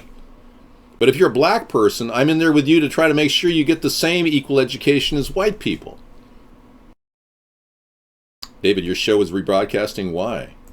When was our show rebroadcasting? We do a show every night that rebroadcasts. What are you saying? I don't need a job, man. I did real well. I'm not here to brag, okay? I'm not like Donald Trump. I'm not here to say, oh, yeah. I'm not a billionaire, but I did well enough to sit back and retire at the age of 50. You tell me how many people you know could do that. I'm not double talking at all. I'm trying to help you understand what a centrist ideology is. Yes, we are anti-Zionist. American Airlines flight reports possible UFO to the FAA. Is this part of the Operation Bluebeam that Hillary's been part of to try to claim we have aliens out there? That's her new thing. She wants to reveal everything on Area 51. So she's trying to pull wacky ideas in the mainstream and acting like she's non-establishment. Frankly, I don't believe in aliens. There's over 5.4 billion camera phones out there in the world, and we still don't have a credible picture of an alien. So it's hard for me to believe this. Voice conversation, American Airlines flight crew members, possible UFO to FAA. Take a look. Thank you. American 434. No, I'm not insecure at all. I'm actually quite capable. What happened to You're all those banned. bright orange squares we're flying over with you? No, that's a good question. I'm not sure. Is it off to your right side? It's like directly off our nose right now, like right below us. So we've been watching it for a while. It's like, I don't know what it is. It's a perfect square, and it's bright orange. What town are we next to? This town right off our 2 o'clock low. American 434, that is Nephi, Utah. Nephi, okay, cool. Now, see what I can find. Thank you. You bet. Wow, that was really good. Okay.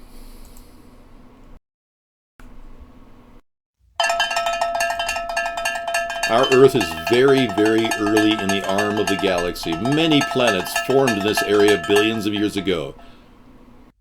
Well, Ray, the aliens may be likely ahead of us in the stream, but once you conquer time and space, Ray, those aliens are your grandparents. Yeah. Believe it or not, if what is apparently true, there is a helical or a ecliptical pattern throughout the universe, then time and space are interwoven in what appears to be kind of a figure 8 pattern. Okay? That means that your ancestors may very well be the spawn of aliens. I mean, I've never met an alien. Have you? Have any of you actually met an alien? Seen one up close and personal? So let's stop entertaining this nonsense that Hillary's putting out with her. I personally will reveal everything at Area 51. I've already said I committed to the Full Disclosure Project. But she's turning this into a zoo. Thank you. Guess 666. No, there are things that are real, but yeah, there's a lot of fake stuff out there. There's psyops being run to create the climate for fear and war. I'll keep it real simple for you, okay? They want you to fear the boogeyman, so you'll go out and start wars. I want to fix America's problems. I want to build a solution to our environment. They want to start wars. There was a study done by the Rand Corporation in 1975 in which the results were so top secret that they couldn't reveal them.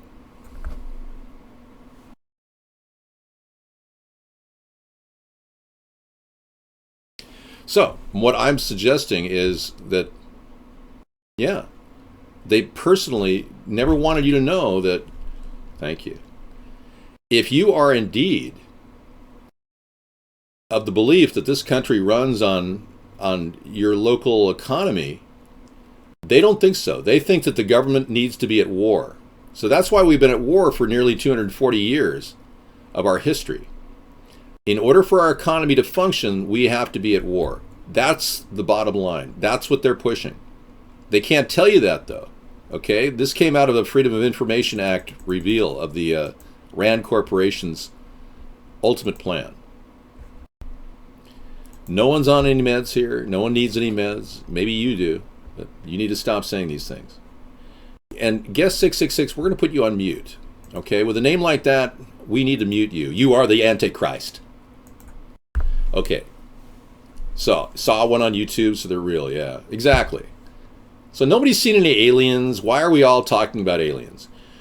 The answer is, yeah, the government wants us to think that aliens exist. I support the Disclosure Project. The most we could get is a couple of weird pictures of a guy's little, model alien that he was working on. When we look at what Stephen Greer uncovered, the alien was 7 inches tall and looked like a small rodent.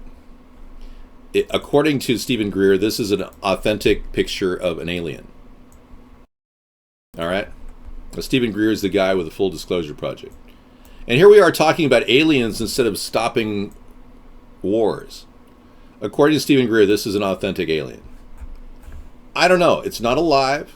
It can't speak for itself. Yeah. It looks like a broadcaster you met? Okay. So the whole alien agenda is really an elaborate diversion.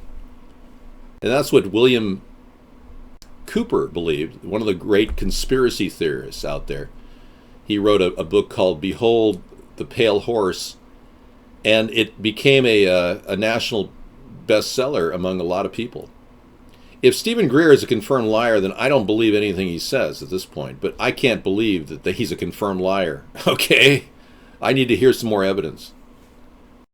You've met an alien and you were abducted. Are you just saying that, 565? You're a puppet? Yeah, aliens are distractions, much like gun control. If I spent my entire show talking about gun control, I wouldn't have an essential food program, or I wouldn't be helping you create peace or filter the water that you drink in Flint, Michigan. No, I'm not an elitist, and I'm not against aliens. I said I would submit to the Full Disclosure Project. Whatever I find out, I will be able to share with you. All right? We have a greater concern about artificial intelligence and the advancement of the military-industrial complex. That's something that needs to be dealt with. Now, we've got presidents in the past that have helped us with this constant problem. For instance, we've got Eisenhower and his warning about the military-industrial complex. Aaron Rodgers. I saw multiple UFOs. Don't confuse UFOs with aliens. Hello?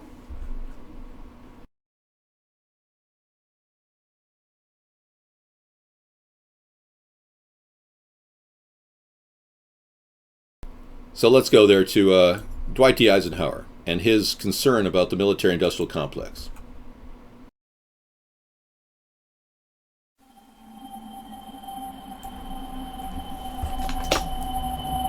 Ladies and gentlemen, the President of the United States. Good evening, my fellow Americans. We now stand 10 years past the midpoint of a century that have witnessed 4 major wars among great nations.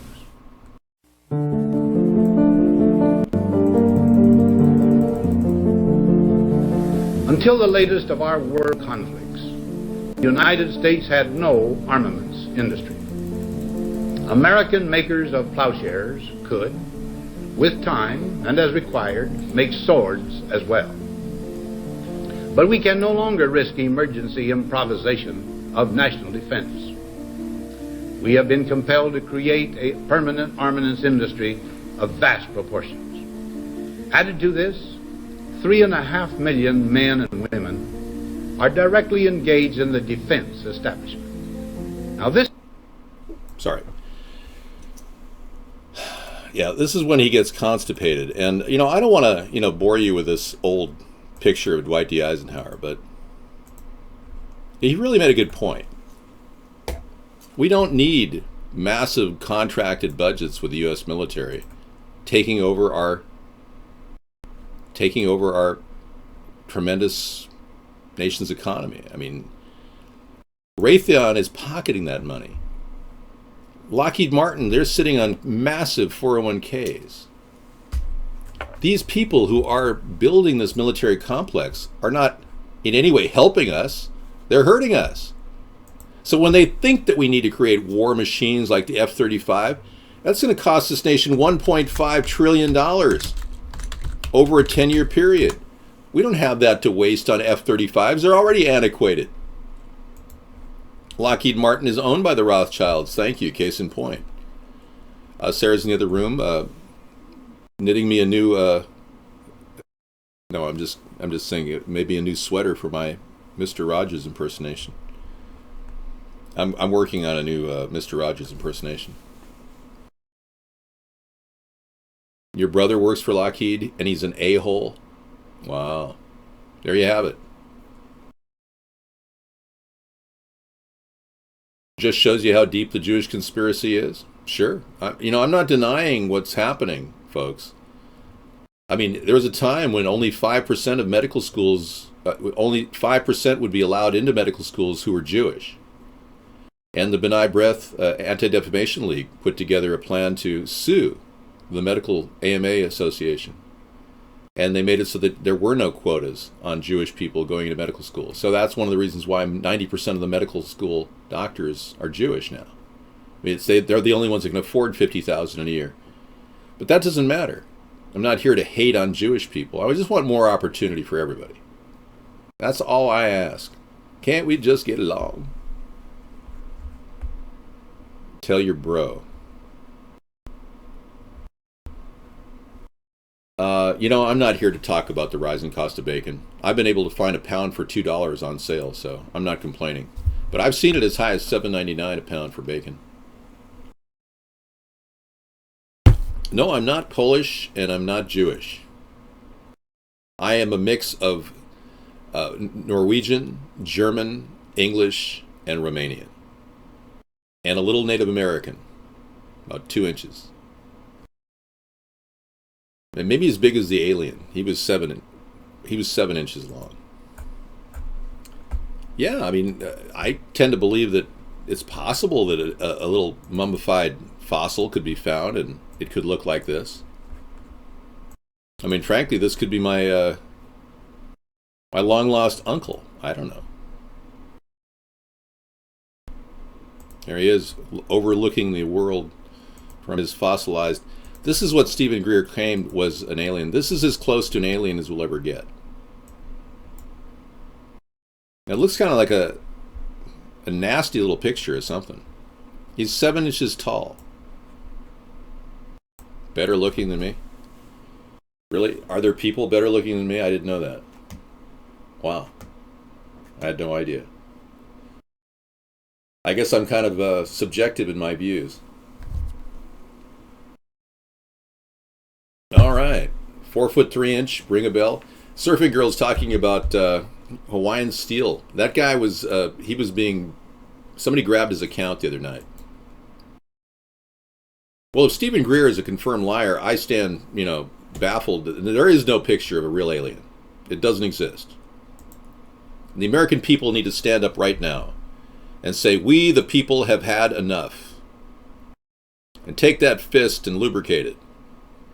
That's right. We've had enough lies from all these alien agenda people. I'm sick and tired of hearing about aliens and not seeing one single alien in my area other than refugees from Syria. God bless America.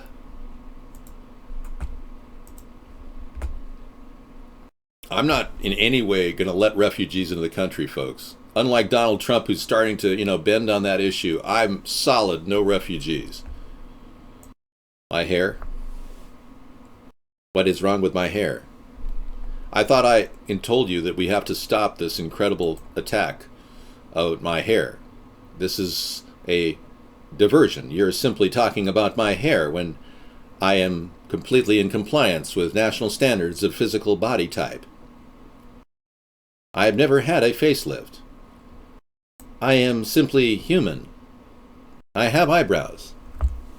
They're just not like the juice man. I am not racist. My program is not allowed to commit racist acts. Okay, yeah, there we go. Guest 545 says, my uncle worked the Roswell crash. He personally saw they were monkeys. Guest 545, thank you.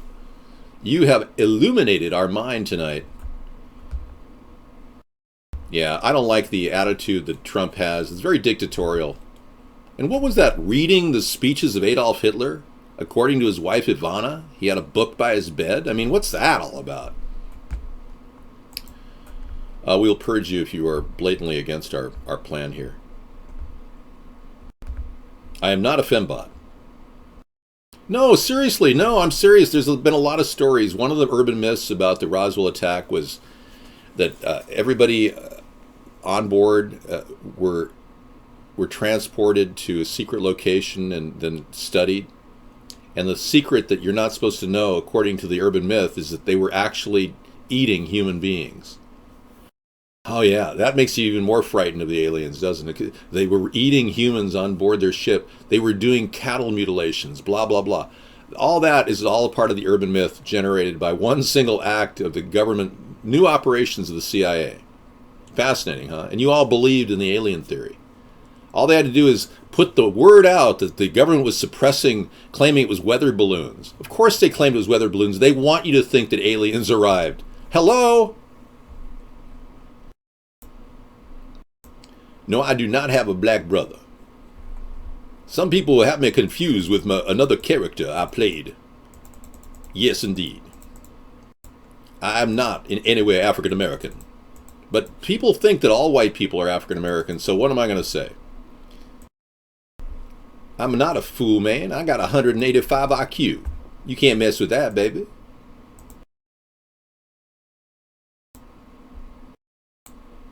We now go to dark screen.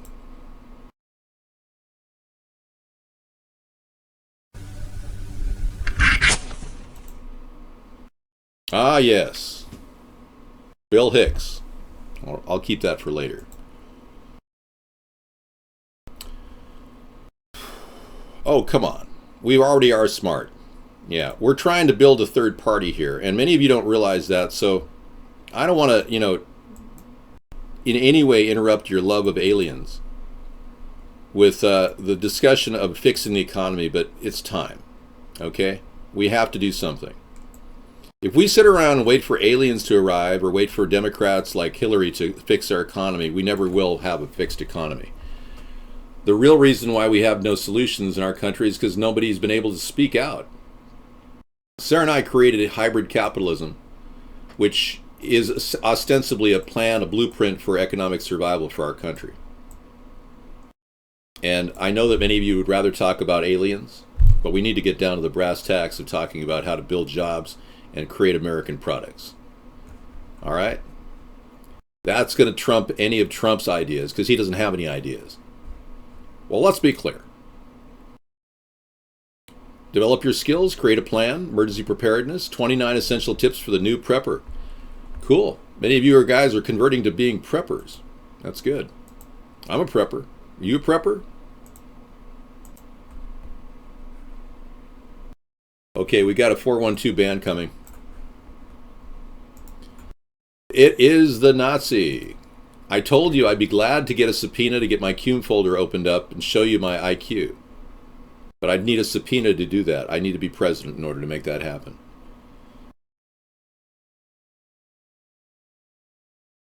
You want the upright windmills? Okay. Let's take a look at the upright windmills.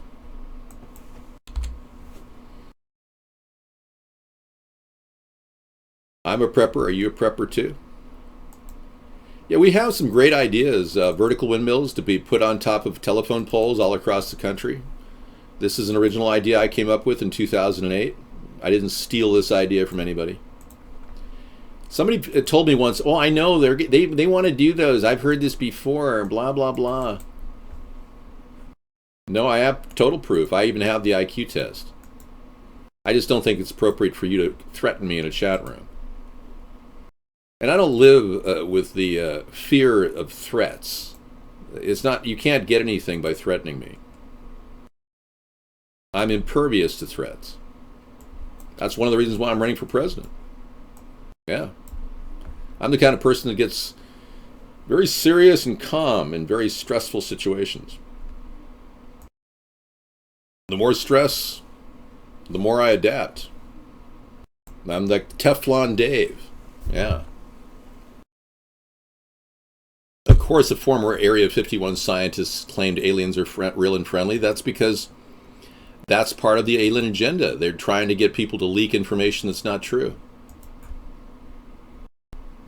Now, there is a person out there named Phil Schneider who claimed that the aliens ripped him apart in a battle he had in 1977, in which there were multiple aliens underground battling humans, and 77 people died in 1977. I mean, he was an amazing character. I mean, Phil Schneider. I can't say one way or another whether he was telling the truth, but I'll give him that. He definitely has an interesting perspective.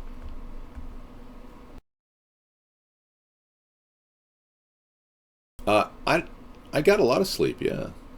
Did real well. Here's Bill Schneider for a quick cameo. One of them did this. All I remember is that he just kind of waved his hand in front of his chest, and the next thing I know, this blue beam hit me and just literally opened me up like a fish. And burnt my...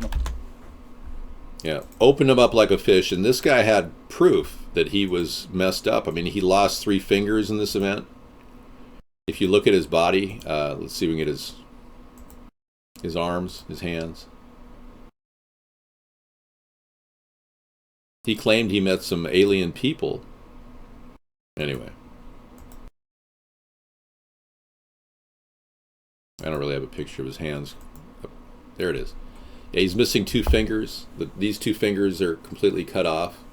He claimed he had a complete scar down his middle torso that was ripped apart by a blue beam. Anyway, I don't believe that the existence of UFOs has anything necessarily to do with aliens. Our technology is rapidly moving forward. I'm going to show you a technology right now that developed by our government at Area 51. It's the TR-3B Astra. And this is top secret stuff that we believe exists. I can't confirm it, though. Look at that. These are actual photographs. It came to us from a person from Japan. Film pulled from De Niro's Tribeca Film Festival following totalitarian censorship demands from pharma-linked vaccine pushers and media science trolls are trying to step on De Niro's work. Wow, Scissor Fight, thank you. So Phil Schneider was lying, I don't know. You know, what can I say? Oh, that's CGI? Oh, yeah, I did not know that. Made last night on Final Cut. Saying thank you to make it like I'm having people following. Okay, thank you for following yourself. No, I'm not gullible. These are actual photographs of the TR-3B. You don't believe this? Well, look at Phil Schneider is no longer living. He died with a rubber hose around his neck. He was also suffering from end-stage cancer. I'm showing you this is a real interesting video.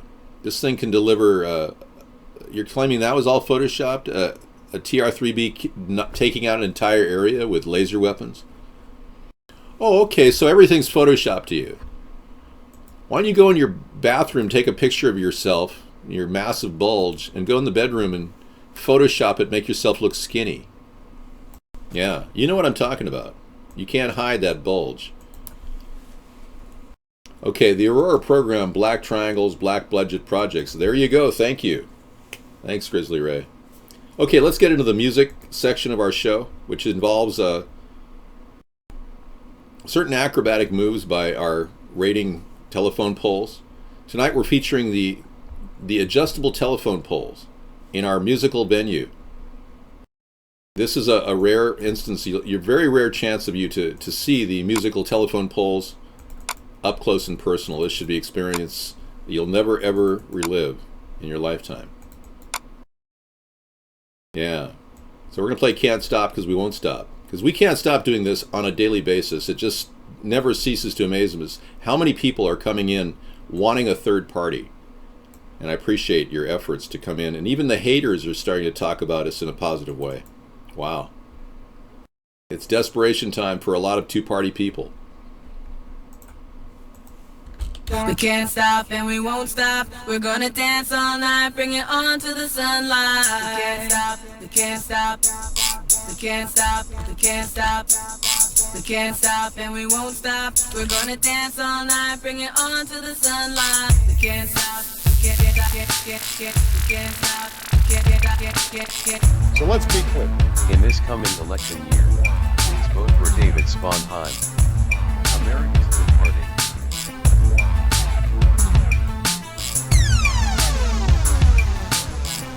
Sponheim for president.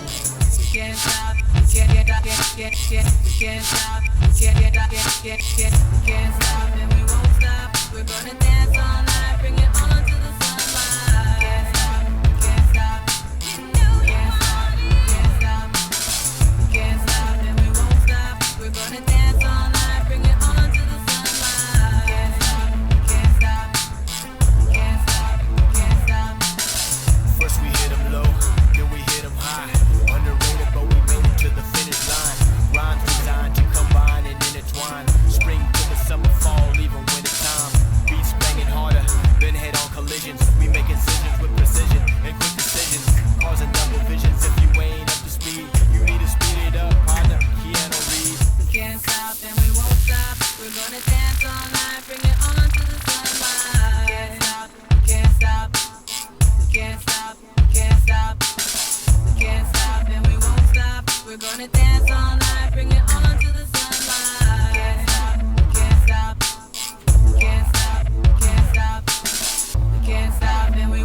stop. We're gonna dance all night, bring it on to the sunlight. We can't stop, we can't stop. We can't stop, we can't stop. We can't stop, and we won't stop. In this coming election year, please vote for David Sponheim. America's Third Party. We can't stop, we can't stop. We can't stop, and we won't stop. We're gonna dance all night, bring it on to the sunlight. We can't stop, we can't stop. We can't stop, we can't stop.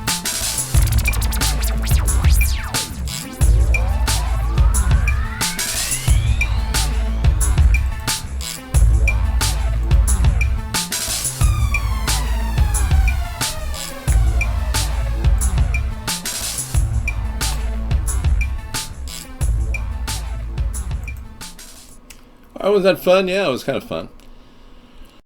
Yeah, well, I mean, I can't do this all the time. I mean, I'm going to, work up a sweat. We wouldn't want to do that, would we? All right, so thanks for coming to our show tonight. Let's take a look at the news, find out what's happening in the world today. We've got an ongoing battle to find out the truth when it comes to the Brussels situation. People carrying around plastic babies and wreckage. Guys putting on a jig whenever they're in front of a camera, pretending to be disabled. I mean, all the lack of evidence, too. So tonight we are going to feature our loop of movies dispelling the belief that this was real, showing you that this was a false flag, another one just like the Paris attack. Our nation is being, lack of evidence, yeah, total lack of evidence. Show me dead bodies and I will show you a crime scene. We have not seen any dead bodies at all. In the Paris shooting, there was a photograph, one single photograph, which could have been, any number of things. And no body bags to speak of at any of these locations. Yeah, of course they were fake. They're trying to create fear of terrorism. What better way than to create false flags all over the world? No, there is no evidence. And then when we want to seek evidence, like in the case of Justice Scalia dying with a pillowcase over his head, we don't see any, right? So there's no evidence anywhere of anything. But you people are going to go, oh, really? And believe everything the mainstream media tells you? Really? They're good. Oh, yeah. They think they control the horizontal and the vertical. And I've got news. They don't control anything. They are liars, and they are continuing to foment the climate for war by making you fear terrorism.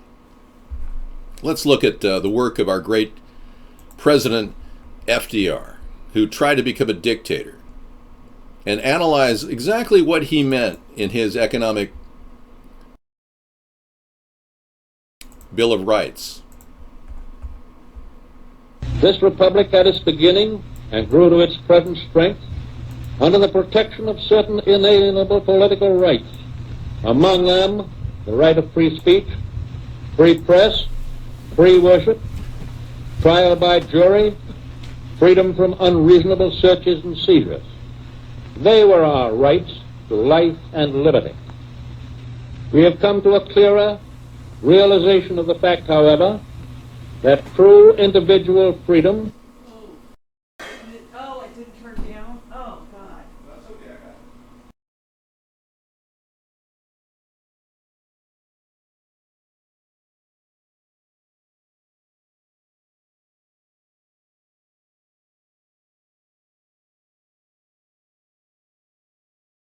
Yeah. Yeah, it was excellent. So sorry. Oh, that's okay. Yep. Okay.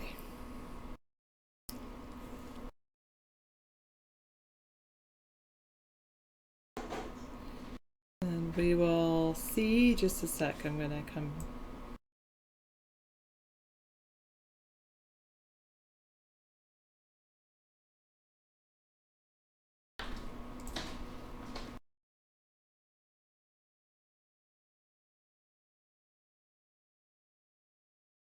Oh, that's weird.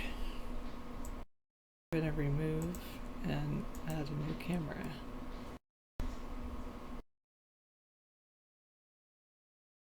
Okay. Hi, everybody. Sorry. I'm going to change this video output. I think that's actually okay.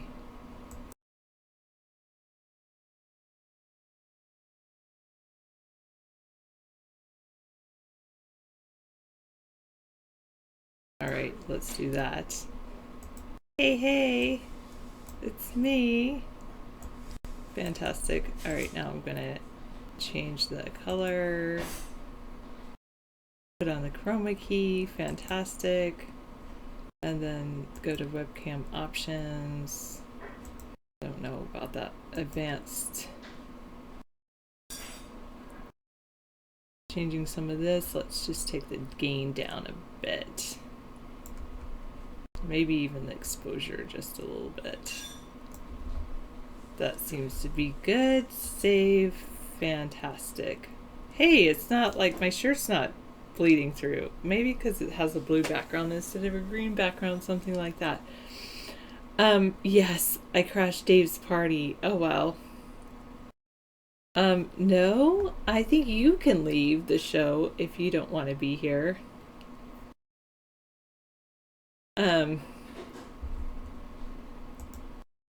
Yeah. So, I'll do that for now. Well, I have on a different shirt underneath, so it would be cool if I weren't wearing you would love if I weren't wearing the turtleneck, right? Then you would just see the V-neck shirt, but that's it. I like David's. That's what I like. I like David. David Sponheim. David, etc. No, I like David for sure. Oh, I know. It is kind of funny to see the face of David hiding behind the chair. I'm gonna leave that there. It worked earlier, so why not leave it for now? Yeah. Oh, good. David convinced you the terrorist attacks are fake. Interesting. Yeah. He definitely is convinced of that himself, so he is handsome and pretty smart too. Only it had little hands behind the head. Oh. No, thank you. I'll purge you, and if you continue to talk like that, 690, I'll mute you. Oh, bunny suit for Easter? No.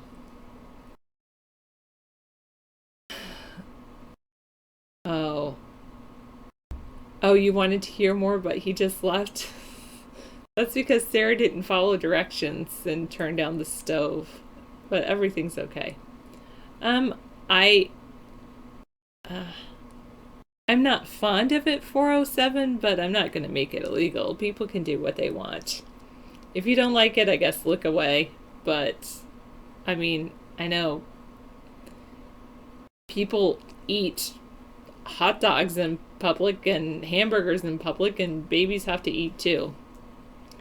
But, you know, you can be decent about it and cover with a blanket. That's what my mom used to do. Do I believe we're contributing to culture? Maybe. But I would say,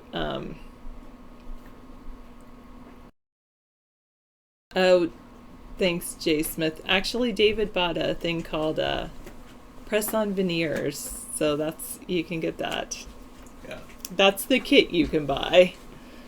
Yeah. You asked, so. I appreciate that. Yeah, I always felt that my teeth were great. But people said, David, your teeth are yellow, and I didn't want to go through the hydrogen peroxide treatments and all that, so we went ahead and did something like this. Thanks, Laura. And David has great cheekbones, too. Oh, thank you. Thanks. I'm here now. Intelligent, beautiful, and here now. That's right. We're all here, and we're ready to discuss issues. No bindolitis. That's not necessary. They just clip onto your teeth. They just press on and they hold on. Well, you know, I had to turn my dinner down, and I haven't eaten fully. Go eat. I'm going to eat, yeah. You can take I'm a letting break it cool and right eat. now. I just wanted to socialize for a little bit. Yeah. I didn't break the show. It was No, great. Sarah broke the dinner. Did FDR finish what he was saying?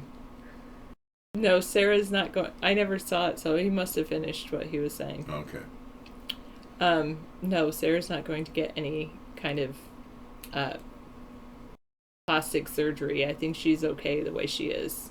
You're talking in yes, third I person? know I'm talking in the third person. That was third person. I want to teach you the difference between third person and first person.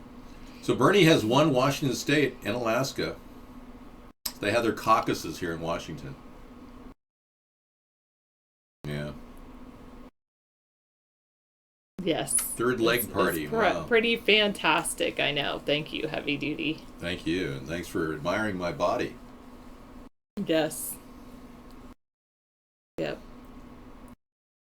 Yeah, there's a guy named Barry Soetoro. Yes, his name is Barack Obama.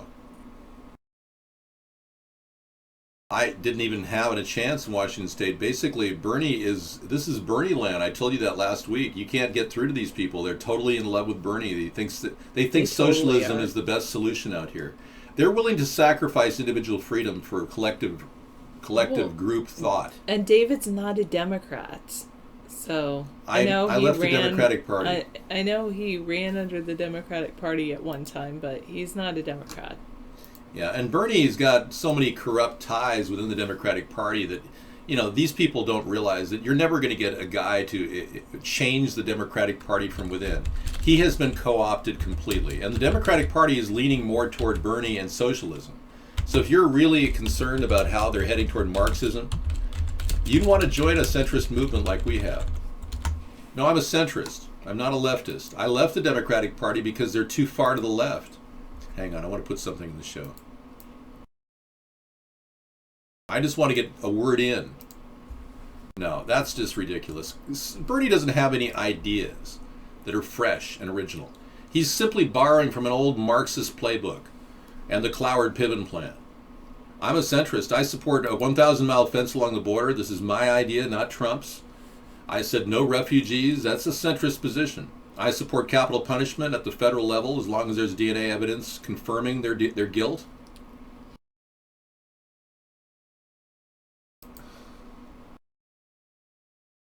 None of my ideas are mental. All my ideas are solid. And every one of my ideas has been tested against an audience here on the blog shows that we're on. Vaughn is one of them.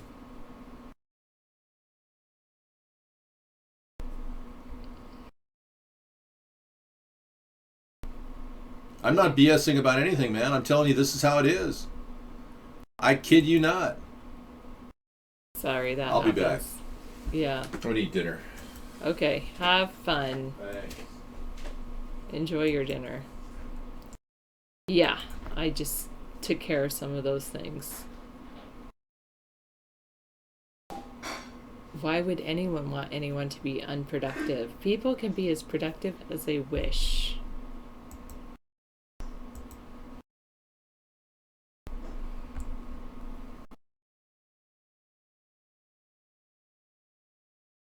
Barry Sheck? What? Yes, we're working on finding intelligent life here. A turkey for Easter.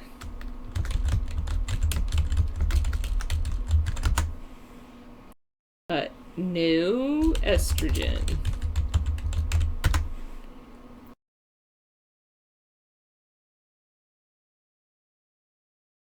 I could talk to you a little bit about Brussels, where David left off. Well, David and I don't see eye to eye on that. David believes that they've never shown bodies, so therefore it's a false flag. I don't necessarily believe those things. I think that there's a lot of usually when an act like this comes up in the news, I tend to believe this mainstream reports, whereas David seems to let's say I accept the mainstream reports, David questions the mainstream reports. So that's David and I sometimes disagree with those things. So it's just the way things are, which is fine.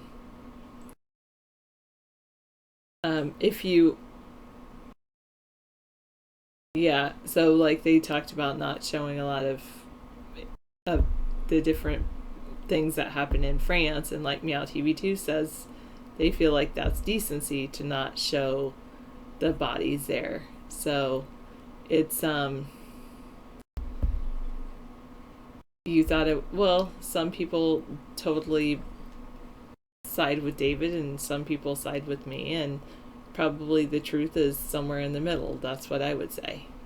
Yes, our yin and yang relationship is in perfect balance, for sure. GMO Easter eggs. Well, you can get range-free eggs if you'd like, which would be really good. David really wants to go into politics because he believes that the country needs a top-down restoration of he believes our country needs a top-down restoration. That's why, and he believes he's the best person for the position.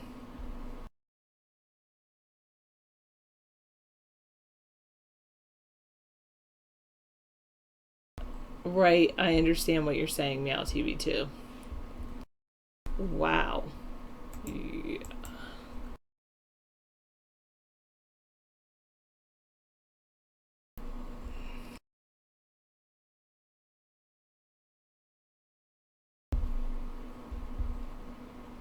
Yeah, that's what I would say.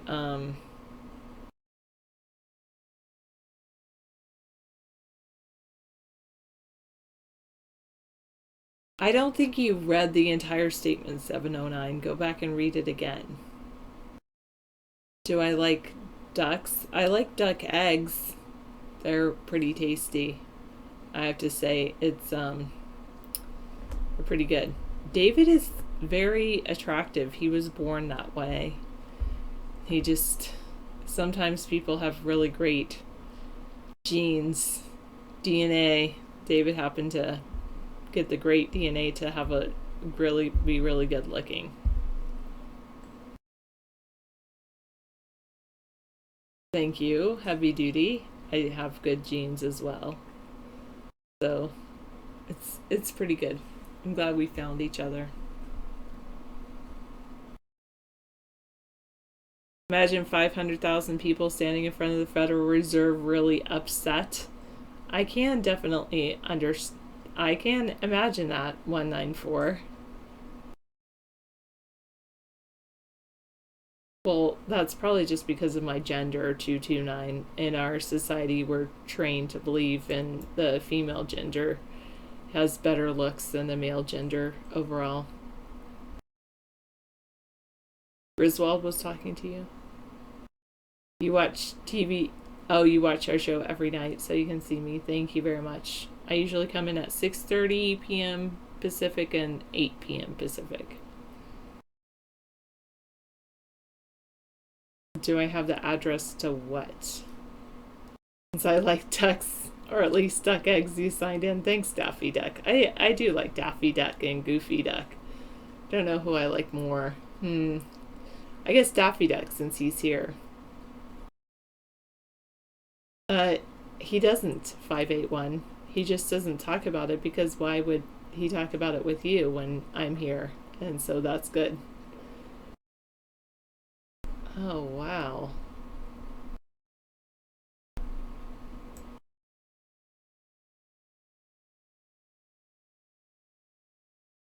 Why does America need a bank to loan them money? Yeah, they shouldn't. Especially because money is a complete fallacy, but it's because people, even our congressmen, believe that, in everyday life, normal people need a bank to loan them money if they want to get more money or they need to work for it. And so the government believes the same. When they become government officials, they believe that government works the same way as regular people do, not realizing that it's kind of completely different. I'm a little smart. I love reading when I was younger, and I like understanding things and trying to figure things out.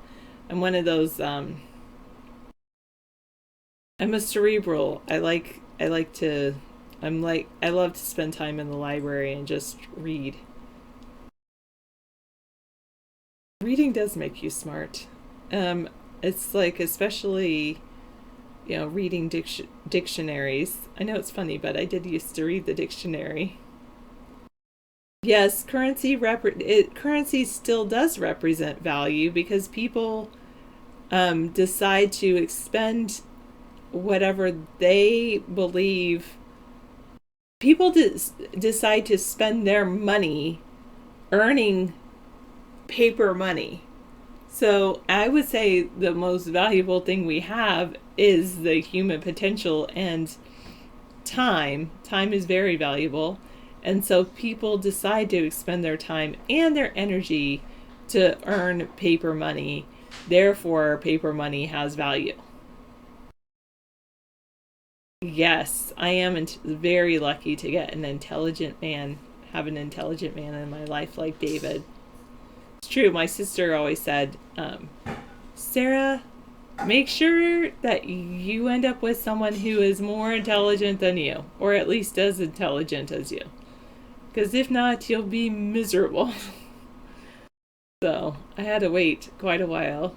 I ended up dating maybe a couple people that were at least as intelligent as I am.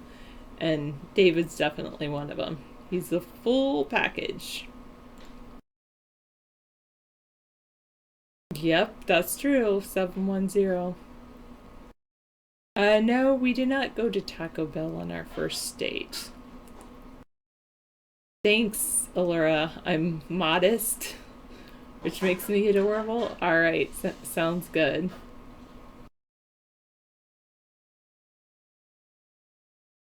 Oh, you think so? 465, huh? She's doing pretty well. She's still doing her world traveling thing, 710. She seems to be liking it. I seem to be liking that. She's enjoying that. I think that it's great that Connie's doing what she would like to do. So that's very good. Would I live stream if it wasn't for David's show? If I did, it would be about like things that you might not want to watch. So, I mean, of course, I like politics a little bit, but I have other things I enjoy. And I seem to be kind of, I'm very loyal and I'm dedicated, so I will always be dedicated to David and dedicated to whatever he's doing. So it's very good. My show would mostly be about education and technology if I had my own show unrelated to politics. So that's what it would be about. So I'm not sure everyone would like that.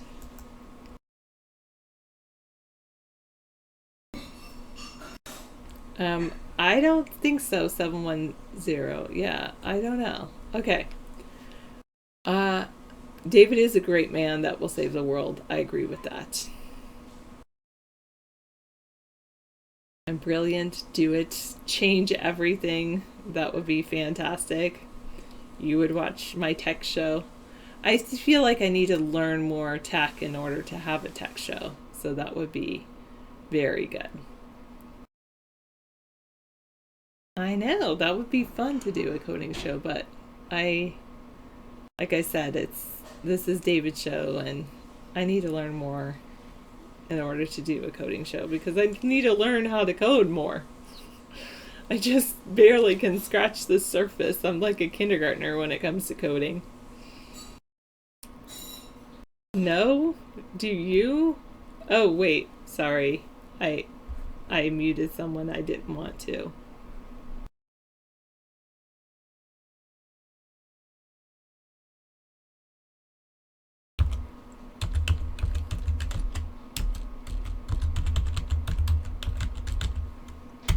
Okay, sorry, I accidentally muted someone. That's alright. This is better than Saturday morning cartoons. That's true. I'm not a big fan of WordPress. Only because I guess I'm used to Drupal. So I guess that's why. I don't know. Or, I don't know. I'm just not a big fan of WordPress. I guess a lot of people are, but Do I want to learn Python? Maybe. I think I want to learn Java. But first I've got to study something else, like not related to coding, for other things. So I have a huge... No, Java is out? Why there's some people... So I need to learn what? You think I need to learn Python? And what else do I need to learn? Perl. I need to learn... What about Perl scripting? I know I didn't mean to ban you. Sorry. Or mute you. SMF. I was muting someone near you, and it ended up muting you. Sorry. No, I would like to learn the Perl language, not a Perl necklace. Thank you. You have two 20-inch pythons on either side of your shoulders. Don't ever release those into the wild. There's too many pythons in Florida. These people ended up just releasing them into the wild. I know, Dano. So are you going to fund his budget? Going to fund David? So that he can break up the two-party system? That would be fantastic. Crackle, I have heard, is similar to Netflix. You say it's free, but I tried Crackle and it doesn't always have the same quality. Netflix streams a lot better. I have tried the free programs to learn how to code. In fact, I tell people to use code.org/learn, and I've done w3schools.com a little bit, but there's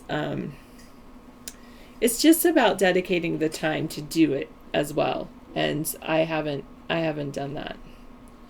You blame South Carolina schools? I've heard South Carolina is a very good place. So North Carolina, South Carolina. You think I could work for the NSA? Maybe 20 years if I dedicate myself enough. Well, I will take that as your thoughts. You don't like the Common Core programs. I'll say I like Common Core math.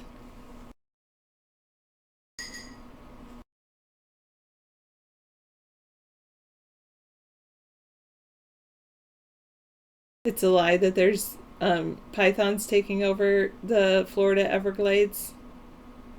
Thank you, Mark Holo, Gogan. I like people from Brazil. I had really good friends from Brazil when I was in high school. I was friends with foreign exchange students that were from Sao Paulo.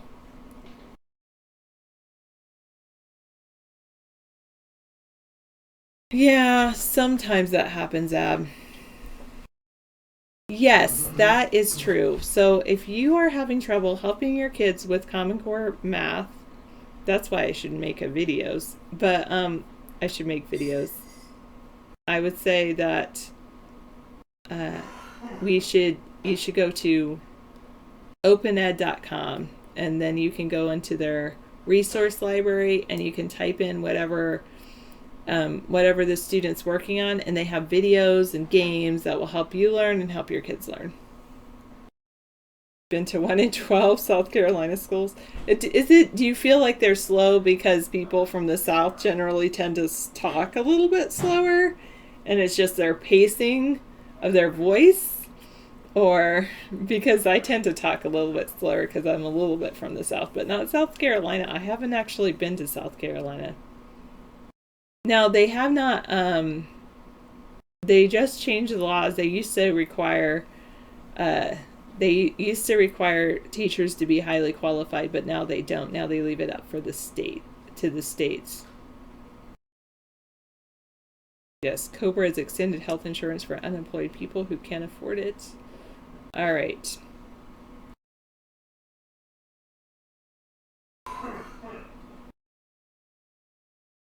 Well, I would say too, yeah.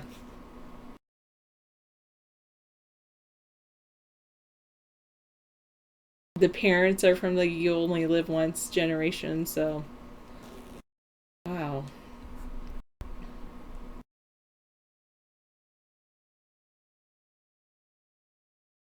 Well, David thinks it's a huge issue. Fukushima is solo. Yeah. Anyway, David thinks that Fukushima is a big issue. He'll come in to talk about it with you in about 7 minutes. Well, I'll still be here. Go ahead and stay there. Okay. That was great. Great dinner. Yes.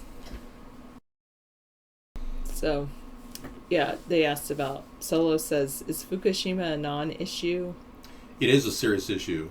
It's not a non-issue. It should have been talked about in our press. We haven't discussed it in 4 years, going on 5 years, in the media. So, is radiation as dangerous as I've been concerning you about? Well, I'm going to play a video tonight of a guy who worked at a nuclear plant here in Hannaford, depository for waste material, and he's going to talk about how safe radiation is. So I'm quite amazed at this guy. It's an 1.5-hour video later tonight. I'll be playing. Is that just a rotating GIF of that? Do they actually show him popping all those? No. Oh.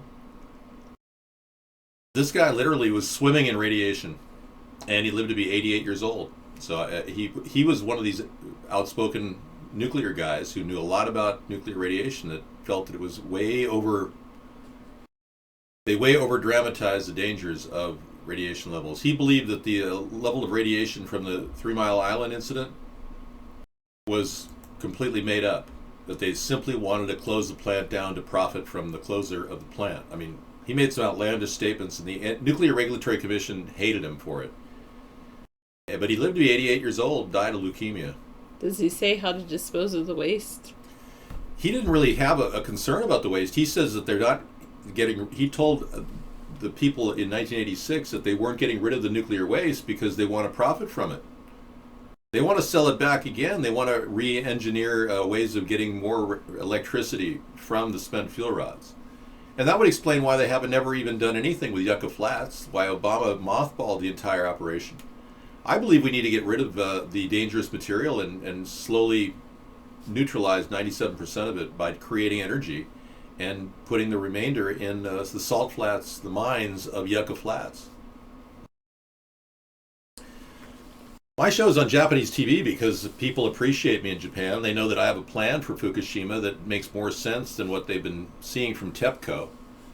We have a plan to actually cover the entire reactor number 4 with dirt, to create a carapace over the outside of it, guaranteeing that there's no airborne radiation lingering into the future from that location. And there's a lot of airborne radiation coming out of Fukushima right now. Yeah, Donald Trump is getting all kinds of free airtime. I've had none in 7 years.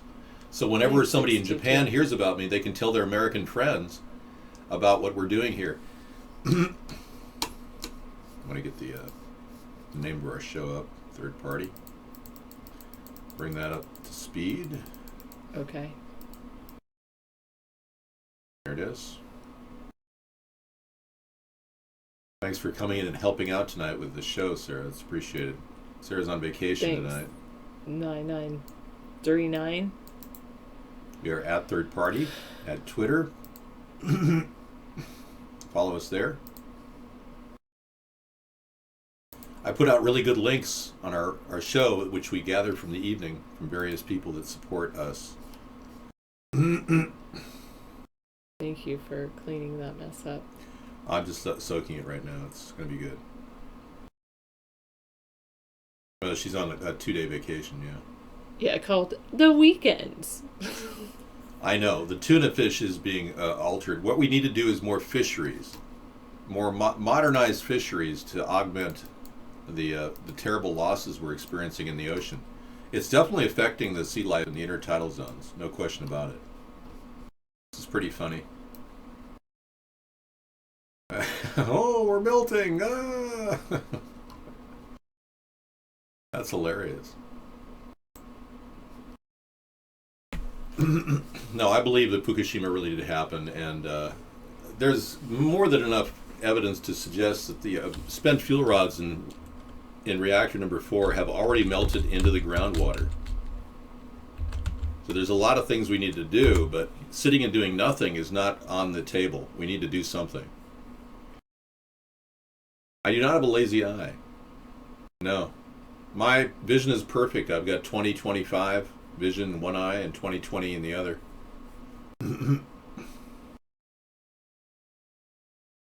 You don't see radiation, that's the point. You end up dying 15 years after breathing the plutonium. Can't believe we're having a discussion with somebody who doesn't believe in what we're talking about. But I will tell you that later tonight, this guy will kind of lower your concerns about the radiation, that's for sure.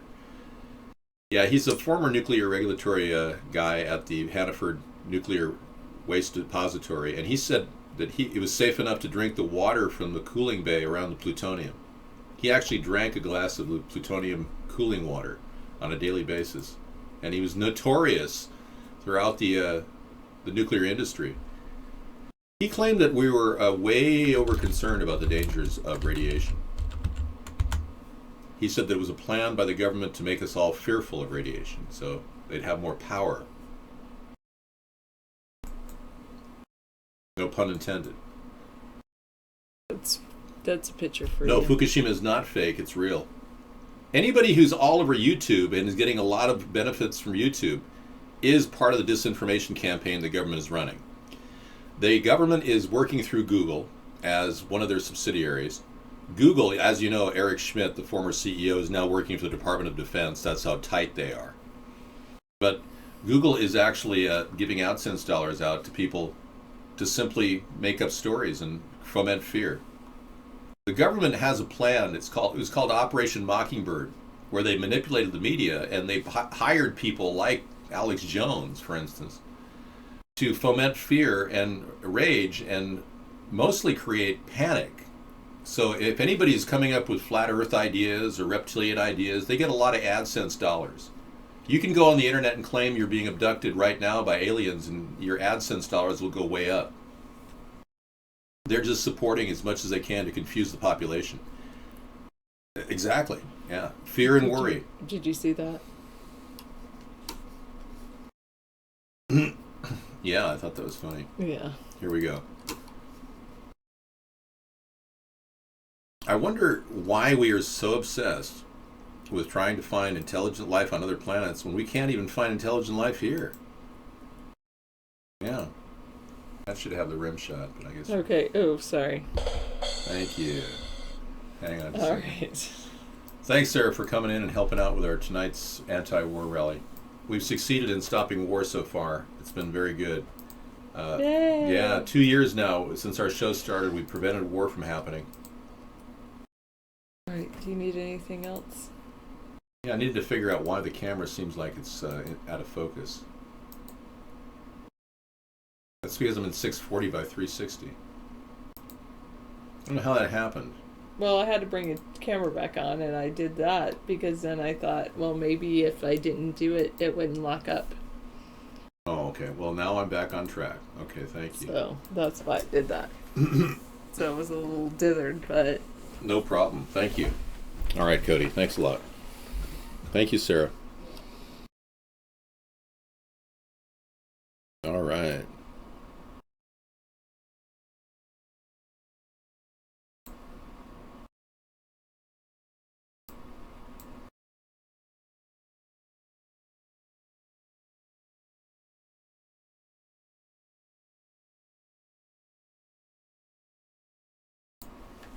Thanks for nothing. All right, let's get down to what's happening here. Many of you are concerned about the growing threat of the two-party system, Donald Trump versus Hillary, how they're all leading us down the road to slaughter, with a two-party system being the arm of the New World Order. That's why we don't hear about a third party out there in the mainstream media. It's an eerie silence when it comes to independent parties because the government is totally in control of the message. That's what Operation Mockingbird was all about. And it was revealed that the government, through the CIA, was actually molding messages in the media. And this came out as a result of the work of Senator Frank Church in the 1970s, Operation Mockingbird. And if you don't know about this, this really did happen, and our government did some weird things back in the 50s as well. It started in the 50s. It was finally revealed in 1975 by Frank Church. Let me play you a clip of that so you get a background on what's going on here. They want us to start wars. They really believe that the only way our economy can cover up its massive debt that they keep creating by borrowing money is to start wars. So here is the reveal from 1975. I thought that it was a matter of real concern that planted stories intended to serve a national purpose abroad came home and were circulated here and believed here, because this would mean that the CIA could manipulate the news in the United States by channeling it through some foreign country. Now we're looking at that very carefully. Do you have any people being paid by the CIA who are contributing to a major circulation American journal? We do have people who submit pieces to American journals. Do you have any people paid by the CIA who are working for television networks? This, I think, gets into the kind of getting into the details, Mr. Chairman, that I'd like to get into in executive session. At CBS, we had been contacted by the CIA. As a matter of fact, by the time I became the head of the whole news and public affairs operation in 1954, the ships had been established, and I was told about them and asked if I'd carry on with them. We have quite a lot of detailed information, and we will evaluate it, and we will include any evidence of wrongdoing or any evidence of impropriety. So somebody said earlier that they didn't really amount to anything. He looks like Alex Jones, really? Okay. No, I do not speak Japanese. I could, scare the living daylights out of you by talking like Alex Jones, I guess, but I'm not really in the mood to do that.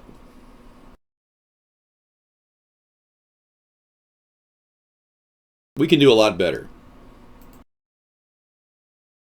We don't have to fall for that trick. You see, like I was saying, they really are trying to foment fear out there. There's no question about it. It's never going to get any better because they simply own everything. Rothschild just inherited a patent which is involved in all aerial combat modes for unmanned aerial vehicles. They own. They want to own everything. Yeah. What talent is that? Do it. Yeah, I'm doing it right now. Yeah, I just had a great meal. I'm trying to enjoy it. I'm, again, concerned about the dangers of artificial intelligence. I told you that. Dave, the Rothschilds will bring you down. Wait and see. There's no way they can take me down without blowing me away. If they try to kill me, then that's the only way they'd take me down. I am pretty much unapproachable when it comes to people trying to derail what we're doing. We've got a very solid... You've got an Alex Jones impersonation. Good for you. We've got a very solid approach to this, and we're using the mainstream media as censorship against them, essentially. No, everything I say has a good purpose and is well thought out. I've given this a lot of thought. And the origin of a third party started back in the 1970s. I started developing the idea with my father here in actually, we were in California when we first started talking about it. There was a populist named Fred Harris in the 70s we thought had a chance, and he got obliterated by the Democrats. So there's a lot of people who have been trying to start third parties along the way.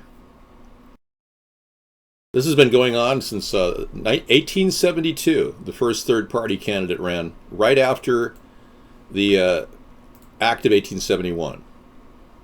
And they put together this plan to essentially... Thank you. You speak Japanese, yes. I think I'm turning Japanese. I really think so. No one can stop us. We own our banks, your TV. No, I'm going after the very heart of what you own. You see, the whole system, the BS system that we've got that leads to wars, etc., etc. Yeah, the whole system is based on your greed. They believe that your greed makes you manipulatable. And the fact is, I'm not censoring free speech. I'm only stopping demoralizers from entering the show. Yes, I'm fine. And the reality is, they literally have one thing that they control you with, and that's your greed. But you see, money is becoming worth less because of their rampant borrowing that they've been engaged in.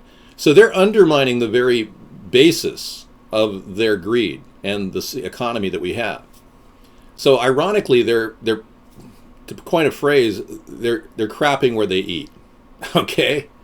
They're killing the golden goose that gave them all that gold. And gradually the American people are becoming poor and poorer. But ironically, we are actually adapting to their attack on our personal economy. And in reality, we, the American people, are stronger than ever.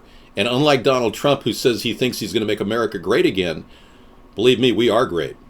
We're greater than any of these scumbag rich elitists think we are. We are so great we're able to survive on next to nothing, and you know I'm right. And that's what scares the elitists, the fact that we are actually pooling together using the free internet to actually bypass their control mechanisms. And word-of-mouth advertising is actually derailing their overwhelming censorship of the media, which they use money to do. So they can buy Bill O'Reilly. They can buy every newscaster out there. Brian Williams will lie for them, whatever. But they can't buy me. And I have remained unbuyable my entire life in order to do just this, to run for president and to lead this nation out of the corrupt grip that the elitists have put us under. I'm talking about the one percenters like Hillary Clinton and Donald Trump, too. I don't have an Uncle Robert. Wow. Solid, Dave. Thank you, Abnormal. So if we are going to sit back and watch these nutcases foment at the mouth and turn into laughing hyenas for the rest of the world, and literally turn our nation's political structure into a mockery, like Trump and Ted Cruz are doing. I mean, they're talking about copulation now. This is a ChuckMcCarthy.com original. Yeah.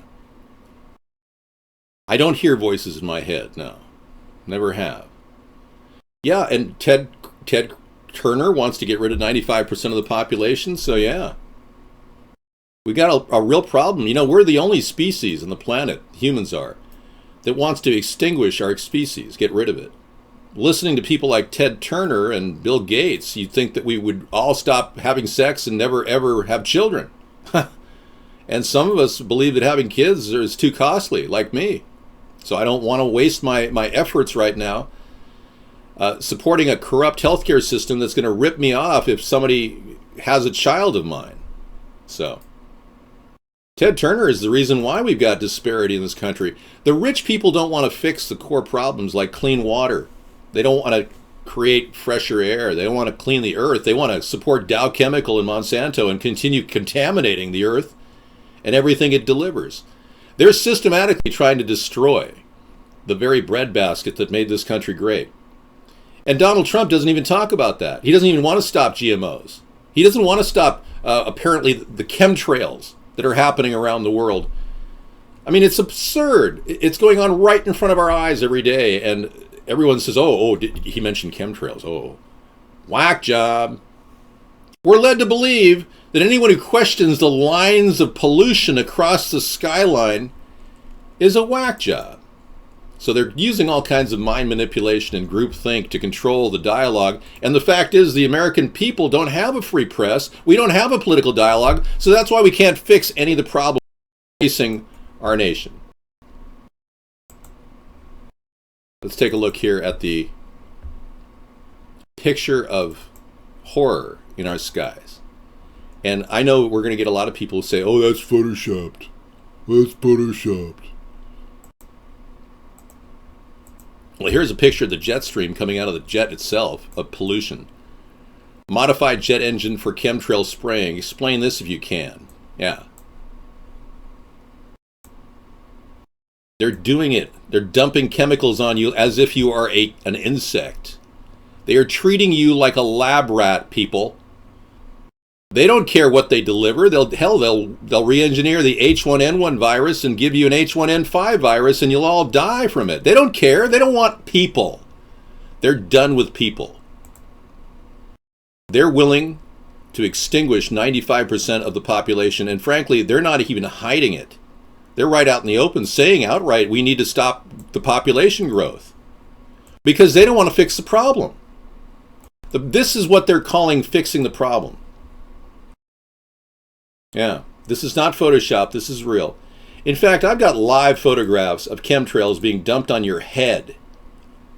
And these aren't just chemicals that are, to create water and create precipitation. They've been doing cloud seeding since the 1970s. These are chemicals that are designed to dumb you down, to make you stupid, compliant. And that's probably why you're in here going, that's Photoshopped, because you're out there breathing chemtrails every day. No, you got to start accepting what's happening, man. It's right now. It's happening all around the country, and everybody in this room who supports me understands this. This nutcase, David Keith, I call him a nutcase because I have no other way of describing him. He actually got the elitists to be convinced this is the way to do it. Out quickly. The other problem is they're right in the ozone layer, and I prefer them above the ozone layer. And it turns out, I woke up the next morning and I started to calculate this, and it was very hard to calculate from first principles. I was stumped. But then I found out that there were all sorts of papers already published that address this topic because it happens already in the natural atmosphere. So it seems there are already fine particles that are levitated up to what we call the mesosphere, about 100 kilometers up, that already have this effect. I'll tell you very quickly how the effect works. There are a lot of fun complexities I'd love to spend the whole evening on, but I won't. Okay, he basically claims that they draw their statistics from a volcanic eruption that occurred in which sulfates were naturally put into the air. And they derive the idea that these sulfates were helping to elevate carbon pollution into the upper mesosphere, like he was saying. He calls it levitation.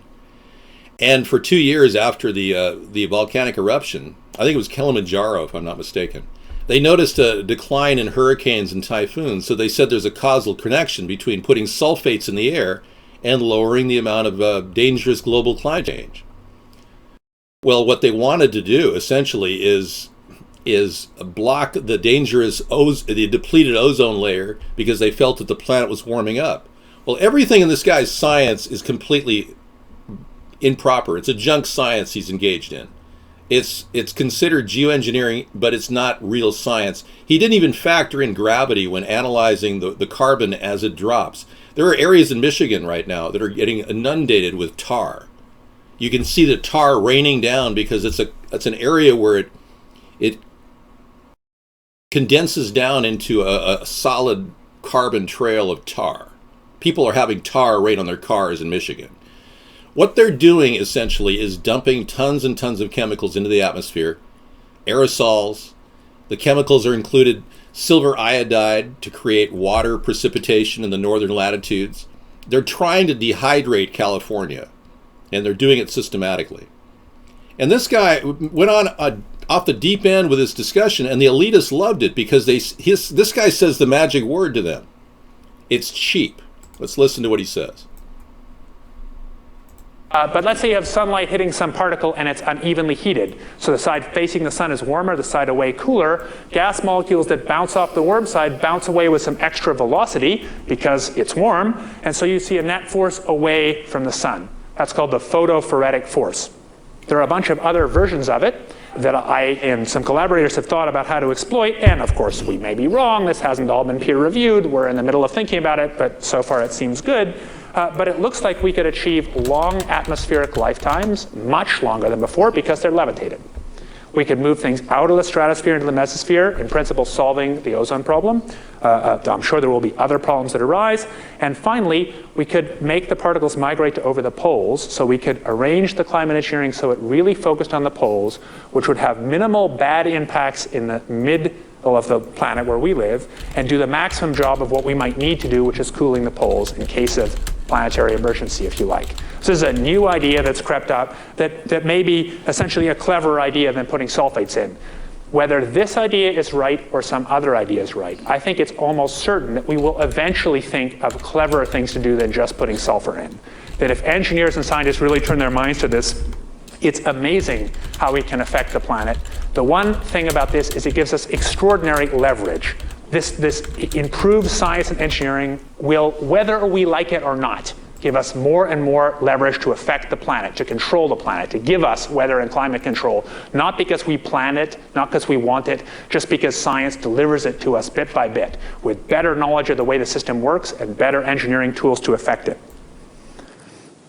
Now suppose that space aliens arrived on, maybe they're going to land at the UN headquarters down the road here, or maybe they'll pick a smarter spot. But suppose they arrive and they give you a box.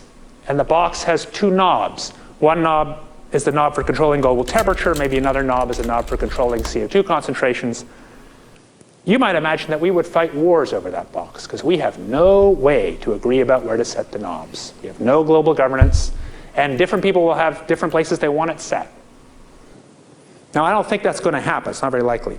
But we're building that box. The scientists and engineers of the world are building it piece by piece in their labs, even when they're doing it for other reasons, even when they're thinking they're just working on protecting the environment. They have no interest in crazy ideas like engineering the whole planet. They develop science that makes it easier and easier to do. And so I guess my view on this is not that I want to do it. I do not. But that we should move this out of the shadows and talk about it seriously, because sooner or later we'll be confronted with decisions about this, and it's better if we think hard about it, even if we want to think hard about reasons why we should never do it. I'll give you two different ways to think about this problem that are the beginning of my thinking about how to think about it. But what we need is not just a few oddballs like me thinking about this. We need a broader debate, a debate that involves musicians, scientists, philosophers, writers who get engaged with this question about climate engineering and think seriously about what its implications are. Okay, that was his vain attempt to hide his vein. Yeah, that was his vain attempt to act like he was opening up the discussion to a pluralistic approach. A lot of scientists cover their ass doing this. Now listen to how he talks about how cheap this is. So here's one way to think about it, which is that we just do this instead of cutting emissions because it's cheaper. I guess the thing I haven't said about this is it is absurdly cheap. It's conceivable that, say, using the sulfates method or this method I've come up with, you could create an ice age at a cost of 0.001% of GDP. It's very cheap. We have a lot of leverage. Ding, ding, ding, ding, ding, ding. Cowbell time.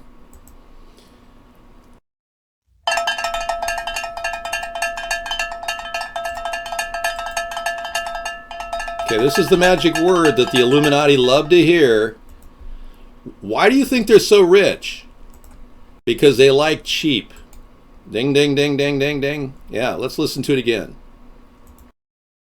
Think about it, which is that we just do this instead of cutting emissions because it's cheaper. I guess the thing I haven't said about this is it is absurdly cheap. It's conceivable.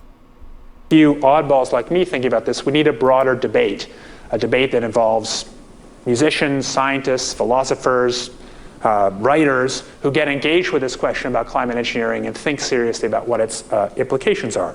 So here's one way to think about it, which is that we just do this instead of cutting emissions because it's cheaper. I guess the thing I haven't said about this is it is absurdly cheap. It's okay.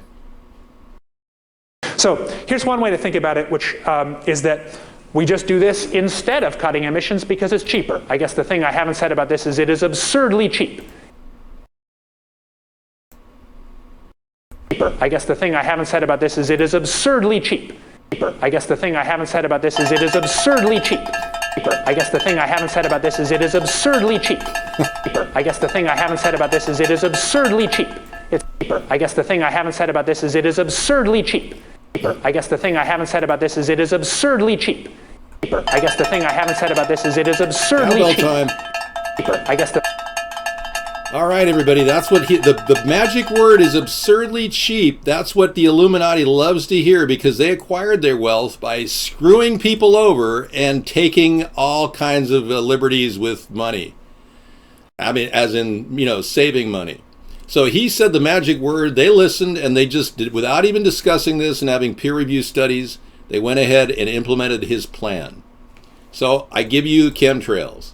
This is not a Photoshop document. This is real. All of this evidence is more than abundant at a website called geoengineeringwatch.org. They've got other things planned with vaccine engineering mounted through the CDC and all kinds of different big pharma companies. So yeah, they're not fooling around, and they've even got a chip for your head that they're working on. So yeah, it's up to you, the voter, right now to challenge the two-party system and stop this insanity. I'm willing to risk my life to do this. Now that's a huge statement for anybody to make in this day and age, but I'm willing to do that to simply stop the terror that's coming. Now we are looking at a police state of maximum proportion evolving right now in America, no different than that was created under Hitler. And people behaving like National Socialists, like Hillary and Donald. Both of them engaged in almost a reckless abuse of the Constitution in their efforts to try to freak people out. Hillary endorses GMOs, RFID chipping. I mean, you name it. Donald doesn't even know what a GMO is, or if he does, he doesn't talk about it. So they're basically going to your diet. They're giving your family tumors. They're dumping chemicals in the air to dumb you down. And in the process, they're modifying the weather. And ironically, we aren't even heading into a hot period of time. This isn't global warming after all. Astronomers are actually saying that this is actually a galactic alignment occurring with the Milky Way and the Sun and the Earth. And we're actually heading into the beginning of an ice age. So it's ironic they want to cool the planet down when we're heading into an ice age. They are screwing up rapidly. And I've never lost control of my chat. I've been completely in control. I read everything you say. And I'm no threat. Yeah. I'm actually listening to quite a bit. Chemtrails, Gonza Rivers, leads to Morgellons illness, which Joni Mitchell claims she has, where there's little weird developments on your skin and your body and your immune system is altered. Joni Mitchell, paved paradise and put up a parking lot. You remember her. No Concordia, I've never actually tried those. But don't plug other people's rooms here, thank you. Well, because you're just a lovable guy, what can I say? Well, pandemic is minor compared to a total electric grid going down. You're right. They've got a couple of options. They can turn the electricity off. They can claim it's an EMP, electromagnetic pulse, attacking our defense grid. They could also claim that a pandemic is happening when it's not happening. Remember the Ebola virus breakout in Sierra Leone? I mean, really? Okay.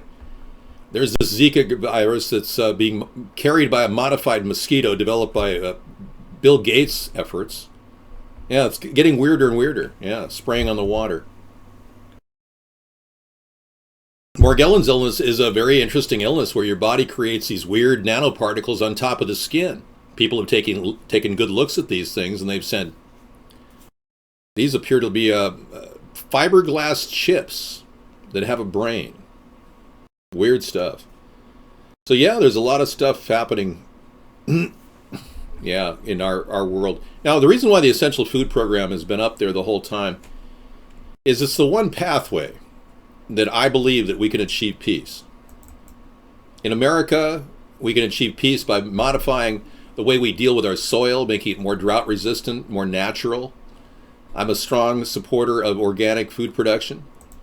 I want to end GMOs as we know them. Ending the reign of terror that glyphosate is causing our nation's environment. This is the real war that we're fighting. The war against ourselves. by the environment. Yeah, it's coming back to haunt us, all this disrespect. Well, how high up the ladder were you, guest 709? He just says, I just went way down the ladder, respect, dude. All right, I'm sorry you felt that way. Well, if some of you are developing, certain kind of symptoms that are abnormal, I would say ask your doctor, but he's going to say there's some neurological problem with your brain. But if you're standing around with uncontrollable, behavior syndromes where you can't control your head or something, like say you've got perennial eyebrow illness where your eyebrows keep moving up and down, like John Belushi had, I would say talk to a doctor, but I don't really think they're going to help you. Yeah. Some of you have facial features that are similar to Gary Busey. And you're starting, hey there, Sir Waffles is in. You have this uncontrollable desire to make facial flinches in your eyes. I'm not sure what he's on. Trump, unfortunately, does not have any kind of a new idea. He's borrowed all of his ideas that I can think of, except, of course, IDing Muslims. That's not my idea. I don't want to create deportation forces. But he's borrowed many of his ideas from me. Yeah, so there you have it. Voting for him is like voting for somebody reading my manifesto. Yeah, I know. Fake teeth. Can you believe people have fake teeth? Yeah, from me, yeah. I'm not making that up. Basically, he has absolutely everything in common with Adolf Hitler. Trump's whole plan literally is right out of the Hitlerian playbook. And you wonder, well, how did Hitler do this? Well, he got support from the same people and their families that support Hitler now. Or, excuse me, Trump. I called Trump Hitler. What a faux pas. But it's time for you to read this. A lot of you Hitler supporters, I mean Trump supporters. Yeah, he has everything in common with Hitler. He even read Hitler's speeches next to his bed. I'll ban anything that looks bannable here. But people can always say what they want. Yeah, this is a free speech zone here. I have a realistic plan, yeah. Trump doesn't have any realistic plans. He wants to literally take my idea, the 1,000-mile fence idea, which I created in 2008. It's on record. And he wants to claim it's a wall. We need a wall. And then when asked, how are you going to pay for that wall, he didn't have the answer. So he groped for the answer and he says, we're going to have Mexico pay for the wall. What? Even the president and former president of Mexico says there's no effing way they're going to pay for a wall. I mean, come on. The 1,000-mile idea I created in 2008, and it's on record. If you can prove that you created it in 2005, bring it. Yeah, I was talking about it in 2005, but I'm recorded and broadcast in 2008. Okay, doesn't matter who created the idea, Trump can't implement it. He doesn't have the creative mind or the entrepreneurship capable of actually doing something. Trump has built his entire legacy on borrowed money, the same borrowed money that the Federal Reserve doles out to big corporations that go bankrupt. You don't know this? Why would you put a 1%er in charge of 99% when we've already got a 1%er in the office of the presidency? A guy who literally has been treated like a luxury football or basketball player his whole life. It's like everything's been handed to Barack Obama his entire life. His grandmother was wealthy. Oh yeah.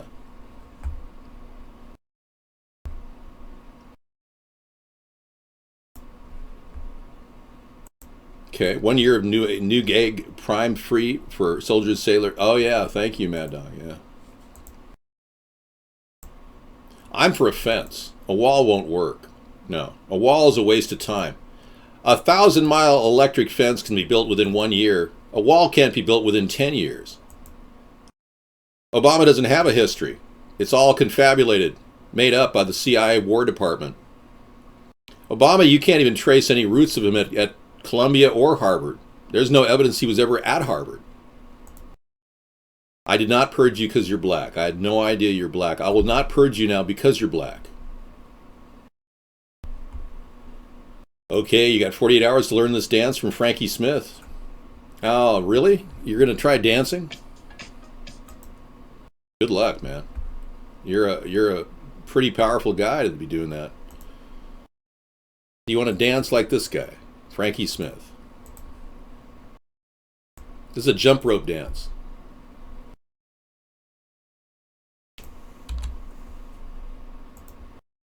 I met a guy like this at a restaurant. I was walking into a Denny's one day.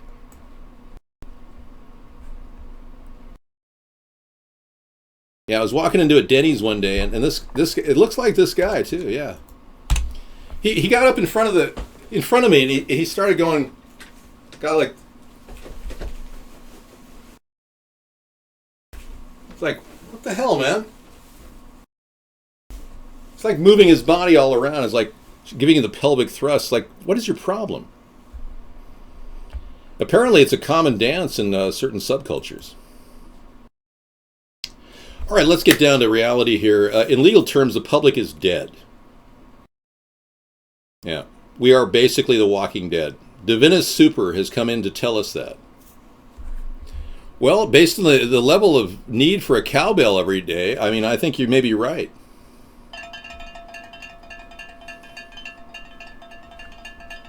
Okay, we've got a consensus here. No, I don't touch myself during the broadcast. I'll hold my hands up to verify. Although if I pull my ear, ooh, I'll get my erogenous zone going, and pretty soon, things can happen. This is supposed to be a fun night. Saturday night's usually, time to kick back and enjoy. And thanks to the new chip technology, you too can enjoy yourself during the weekends. How many of you would be willing to have a biometric chip installed in your head in order to feel happy? Our government is now trying to install these into people suffering from PTSD. I wouldn't doubt somebody in the room is going to be approached by the local VA soon. Would you like a chip in your head to help with your thought patterns? I'm serious. They're trying to roll these out through the military. I agree, Obama has been chipped. Nobody in their right mind would walk around going, well, make no mistake about it. Let's be clear.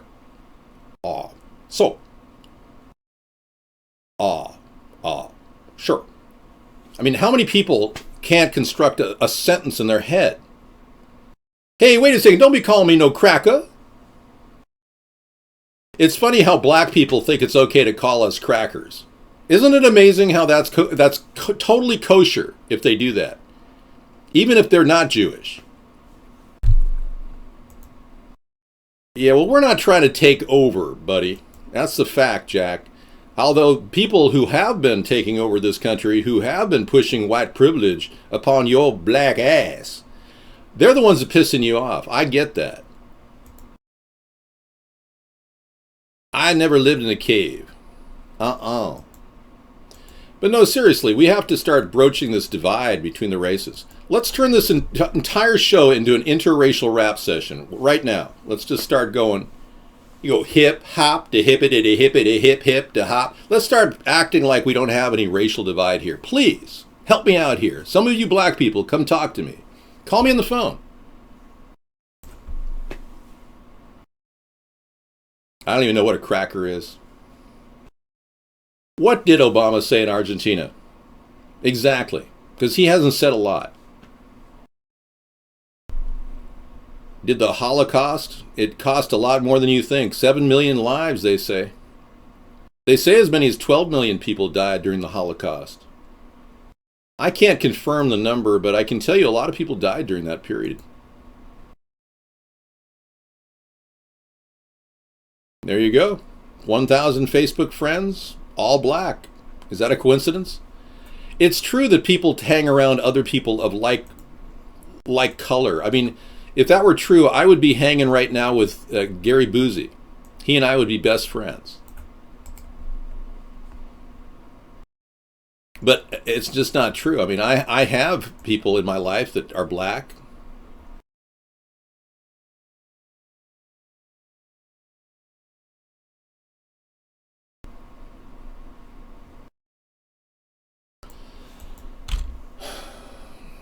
All right.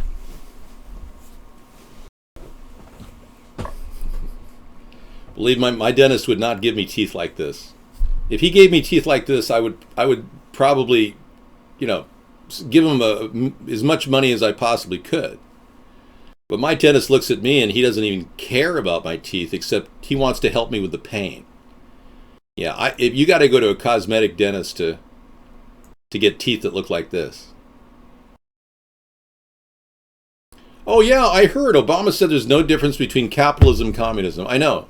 He's living in a world of Orwellian doublespeak.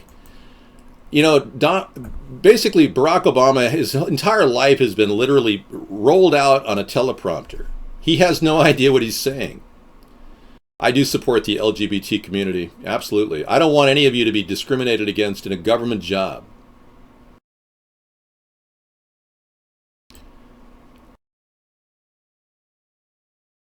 Okay. So intellectual, yet you did not know what cracker stood for. Are you telling me I don't know what a cracker is? Cracker is what a cracker does. Now, why is it okay for me, white person, to make fun of crackers, and you don't think that's racist?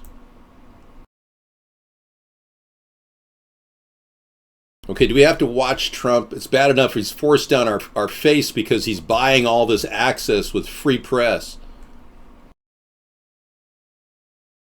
I really don't want to laugh at the guy because, frankly, I've never seen anything funny coming out of his mouth.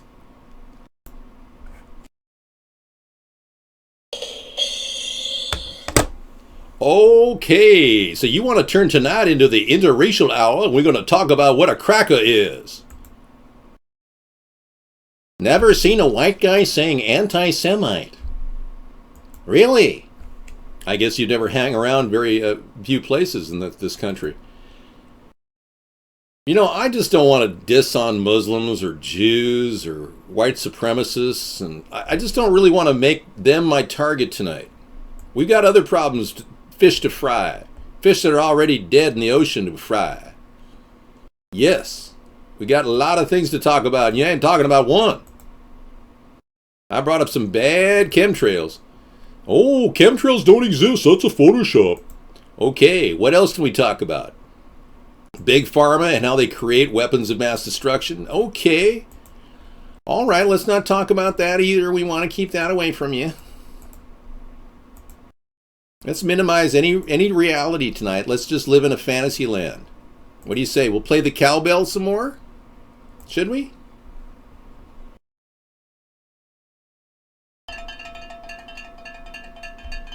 That's right, Ron. He likes the New World Order uses a strategy of dividing and conquering.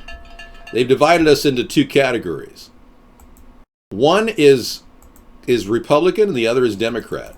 And if that isn't a big enough divide, they've got us blacks versus whites. And they've got people who are pro-health against people that are pro-fast food. We got people who are in favor of GMOs like Ted Cruz, and then all the people that don't want to vote for him now because he's in favor of GMOs. So there's a lot of divides going on in this country. That's all by design. They don't want us to unite.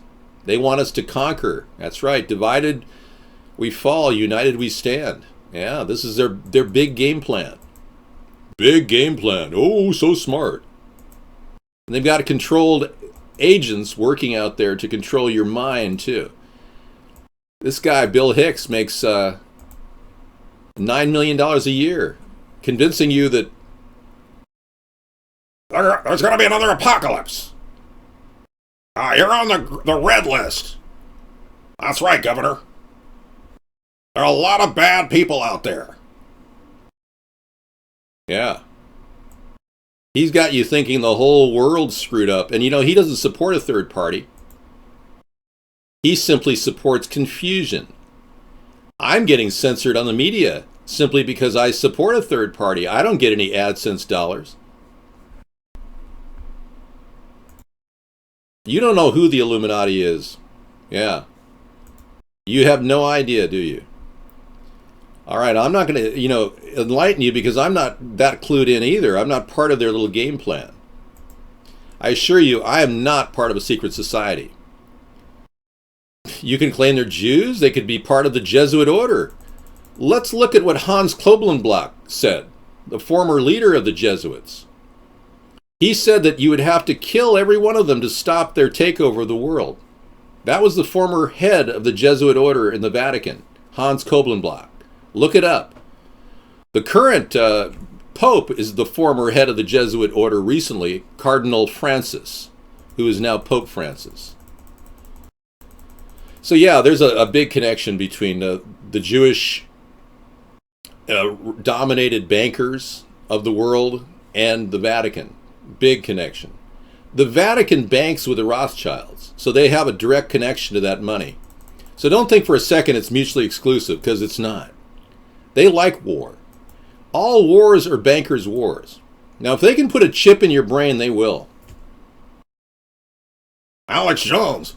Oh, yeah, so he's the only one who tells the truth. Right, sure, yeah. This is a guy who is constantly spinning story after story to make you fearful and forgetful of reality. Anytime you get an inkling that this guy, Alex Jones, is part of the Jesuit conspiracy, he starts getting defensive. He won't talk about the Jesuit connection. No, he won't. That's why all of you think that everyone who's a Zionist is Jewish. Not even the Rothschilds are Jewish. So it just amazes me how many of you have gone off on this hatred of Jewish people. It's just like, it's weird. But then you've got this socialist, Bernie, who simply sounds like Hitler too. You got the Hitler and the Donald, and you got the Hitler and the Bernie. Hitler wanted universal health care. Bernie wants an expensive universal health care plan, a single-payer plan that's going to cost our nation dearly. Way more than our public option, which is very, very affordable. Both want to raise the minimum wage, yeah. Both want to pay higher taxes. Blame the economy on the rich, right? Both were pro-choice. And both want to indoctrinate the youth. Wow. The Hitler-Bernie connection. You want that mem? I wish I could give it to you. I don't have the link to it. Whatever. I don't think you really don't understand. Bernie is just a puppet. Hitler was a puppet too. Hitler was a puppet for the English royalty that didn't want communism to expand past Germany into the British Isles. They had a lot of money and backing too from J.P. Morgan, and Union Bank of New York did the money laundering for Adolf Hitler, and that was run by Prescott Bush, the grandfather of George W. So you got to understand, they have deep roots in our country. Oh yeah. In fact, Operation Paperclip brought the Nazis into our nation. So no wonder they want to start a war in Syria. So no wonder they want to push Donald out there as another Hitler. That's all they're trying to do.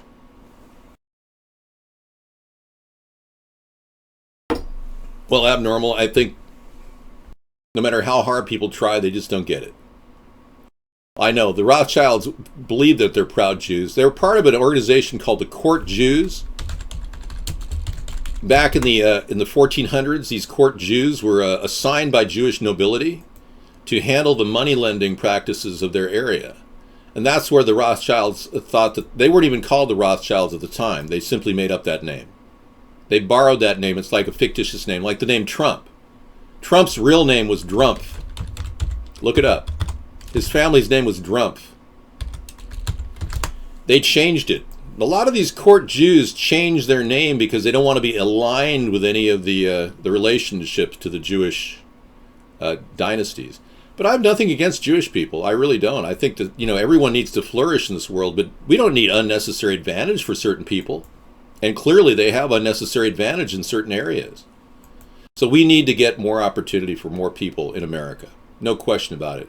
And for a presidential candidate to ignore this Zionist connection to our government, to the wars we've fought, is to stand here in total ignorance of the AIPAC effect upon our nation and our foreign policy. Now, you saw Donald Trump go out to AIPAC soliciting money recently. Yeah. Tell me that's a guy who wants to self-finance his campaign. Donald Trump has only put about a $250,000 in real cash into his campaign.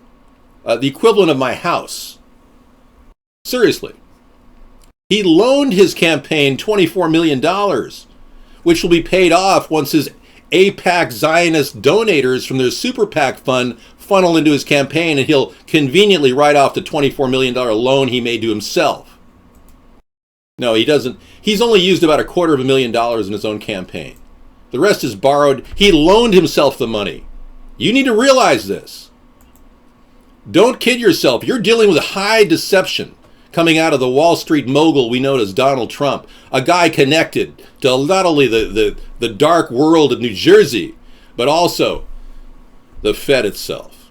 The very connection to the monarchs of England and around the world. This is an infestation of our nation by very corporate and controlled one percenters. And they're never going to do anything for you. The American people are never going to get any benefits from low-cost food or anything. Your life is screwed, and to think that you're going to vote for somebody like that makes me want to puke. It literally makes me want to puke. It shows me that the elitists really are that smart, that they know you're a bunch of mindless, babbling sheeple who will just do whatever they're told. They know that because they control you. Come and get it. Dinner time. Well, I just want to spell it out real quick. I'm calm, don't worry. But if you don't realize this by now, then you just don't get it. I'm trying to win Trump supporters over to this room because my ideas actually preceded all of Trump's by 8 years. And none of them involve alienating Muslims, targeting them. This guy's over the top. He sounds like Hitler. He walks and talks, and he even read Hitler's speeches. So if you don't get that, you don't understand what this country had to fight against to stop Hitler. Right after the Nazis were put on trial, the Nuremberg trial, only 29 of them were executed. The rest were given homes here in America or in Argentina. The Vatican rat lines carried all these German Nazis over to Argentina and Brazil and gave them homes. We gave them places here in America. So our country is really screwed. We are completely controlled from within by a cabal of dark forces. And the only way we can correct this is a top-down restoration of an honest candidate for the presidency of the United States. The only way we're going to ever get any restitution here is to get a good man in the White House, not some greedy, materialistic, corporate elitist. This is not a religious channel. But many of you are believers, and you can believe whatever you want. I've been tired of the Muslim direction that Barack Obama has pushed our nation. Common Core has Muslims written all over it. Common Core is ostensibly the entire brainchild of the Pearson Publishing Company, which is the largest supplier of Common Core education materials, run by two Libyan Muslims. Yeah, two Libyan Muslims are trying to educate your children now. So yeah, Obama has been way over the top with his Muslim sympathizing behavior.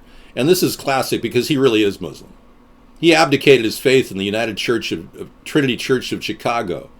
Trinity United Church of Chicago. He said no more. And you know, Reverend Wright actually called Barack Obama a total liar. So, I mean, we need to wake up. We've been led down a very weird place. Imagine a nation who's under attack by Muslims for a century. Our Western culture has been dealing with this. If you go back to the Ottoman Empire, it's been even before then. We allowed a guy named Barack Hussein Obama to become president at a time when we were being attacked by Muslims. According to the 9/11 Commission report, we were attacked by Muslims. Okay? So we are a nation so misguided and lost that we willingly chose a Muslim leader at a time when we're being attacked by Muslims. Can you believe this? I'm having a hard time just looking back and saying, wow, we were this stupid that we allowed Obama to read off a teleprompter for 7 years and do absolutely nothing. And yes, the Muslim thing is all being used by the Illuminati to control our mindset. They're using Marxist ideology and a Muslim religious war against Christians so that they can profit. Yeah. They would love it if they could have a religious war between Christians and Muslims again. The Rothschilds would make bank. They'd sell all kinds of weapons. They'd drop bombs. They'd kill people. Their goal of depopulation would be successful. And they'd make more money on cruise missiles that Lockheed Martin produces, or Raytheon. Oh, yeah. War is a good business for them. Killing people makes them money. So, yeah, if you're really hung up about the Muslim issue, don't be.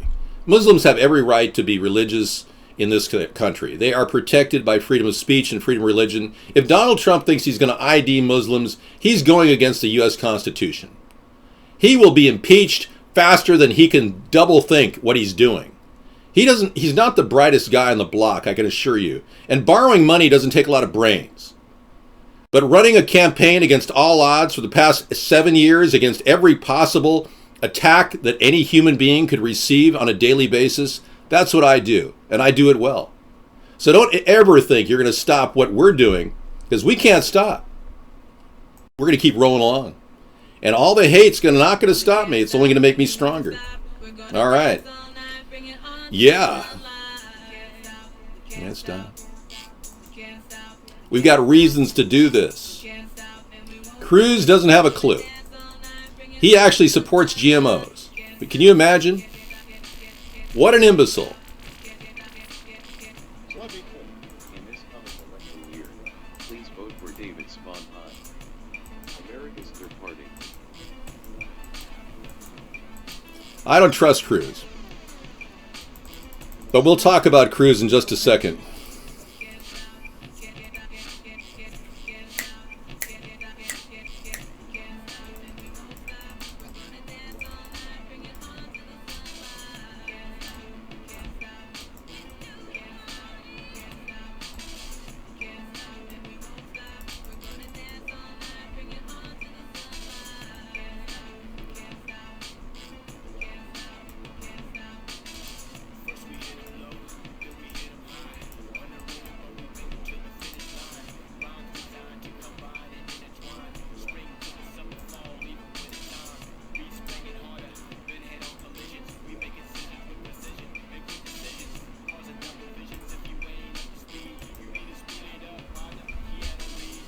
We have more to fear from artificial intelligence.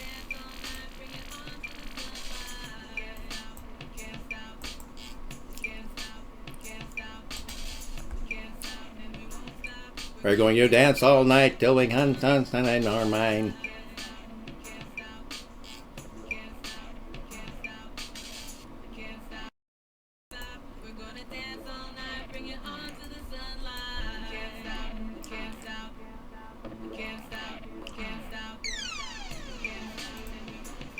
In this coming election year, please vote for David Sponheim, America's Third Party.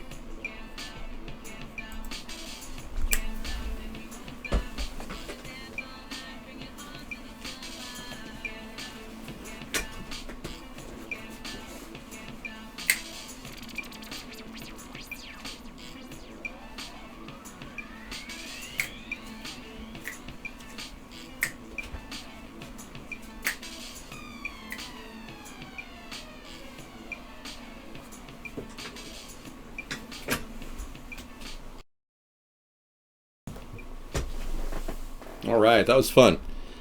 All right, so yeah, we could play the music louder if you want. Yeah, I have no problem with that.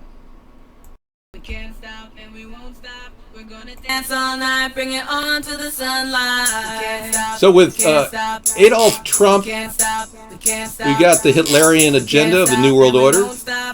And with Adolf Bernie, we've got the Hitlerian agenda with the New World Order, the National Socialist agenda. So either way, we're forced into choosing between one New World Order person or another. If Bernie wins against Hillary, it'll be just a classic example of two old men who have no clue what's going on in this country running the show. My father always used to say, old men make wars, young men have to fight them. I'm unfortunately having to hate that reality. We've got to get these old guys out of popular politics. It's screwing everything up.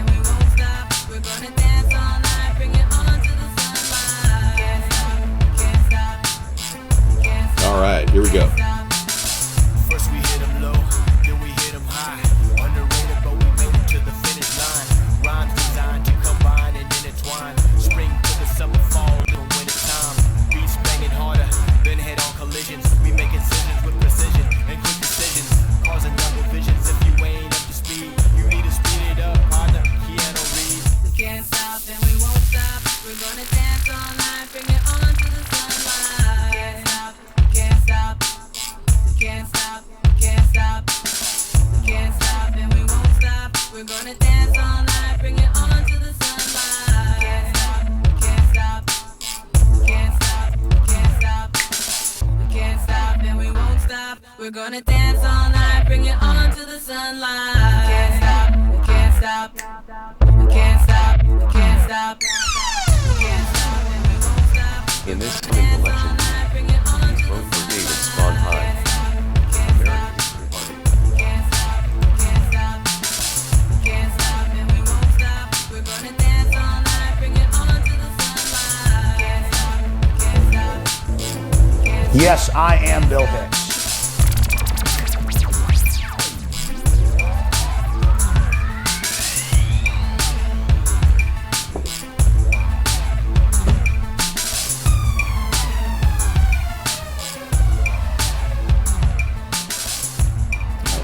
Yeah.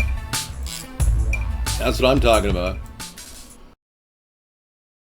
All right. Yeah, this is great, huh? Yeah, it's been fun. Can't tell you how much fun this is for me. I do this every night and I never get bored with it. I have a third-party emote. It's right in the room right now. If you want to get behind a third-party emote, I guess you'd have to give whatever his name is, money. He has an emote business on his little outside of his mommy's house. I think he sells his emotes to help support him. Okay, this is a quote from Thomas Jefferson, everybody. And it's really important. The first consideration in immigration is the welfare of the receiving nation. In a new government based on principles unfamiliar to the rest of the world and resting on the sentiments of the people themselves, the influx of a large number of new immigrants unaccustomed to the government of a free society could be detrimental to that society. Immigration, therefore, must be approached carefully and cautiously. Thomas Jefferson, thank you. Wonderful, wonderful, wonderful. Great quote from Thomas Jefferson, one of my favorite presidents. Proof Cruz is a puppet, Dave. Thank you, Grizzly Ray. We've got proof of the Cruz puppet. I mean, this whole debate between Donald Trump and Ted Cruz about his wife. You know what really gets me about Ted Cruz? Ted Cruz defends his wife, gets flustered, lifts a line from the American president. Let's take a look at this.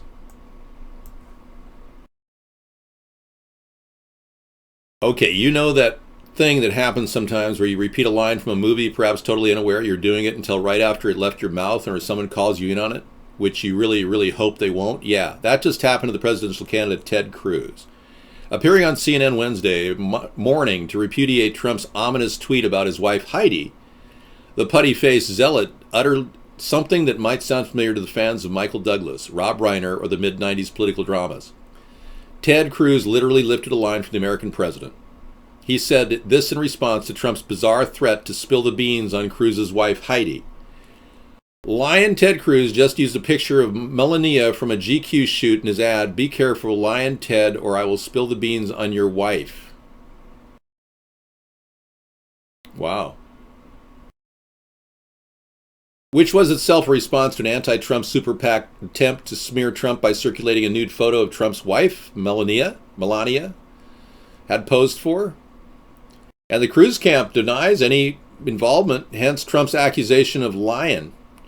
But this brings up questions including what beans could there possibly be spilled on Heidi Cruz? She's an investment manager at Goldman Sachs, held an appointed post in the George W. Bush administration, so perhaps something to do with either one of those, or does it concern her struggles with depression, which would be low even for Trump to talk about?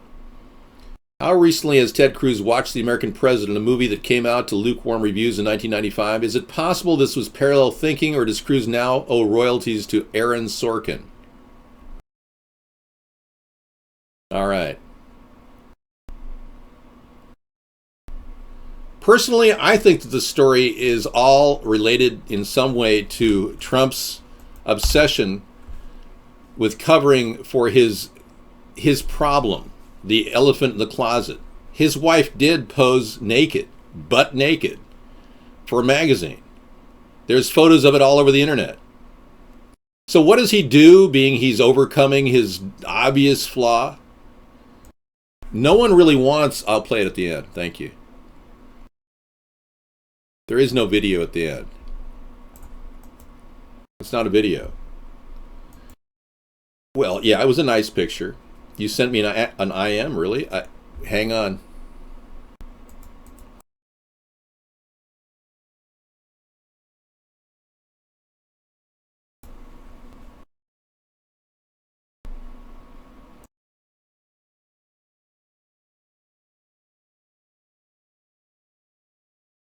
Yeah, I get it. I'm trying to figure out exactly what... First of all, Cruz said that his wife was accused by one person of being a prostitute. And if Trump made that comment openly available for everyone to see, I mean, I can understand why he's upset.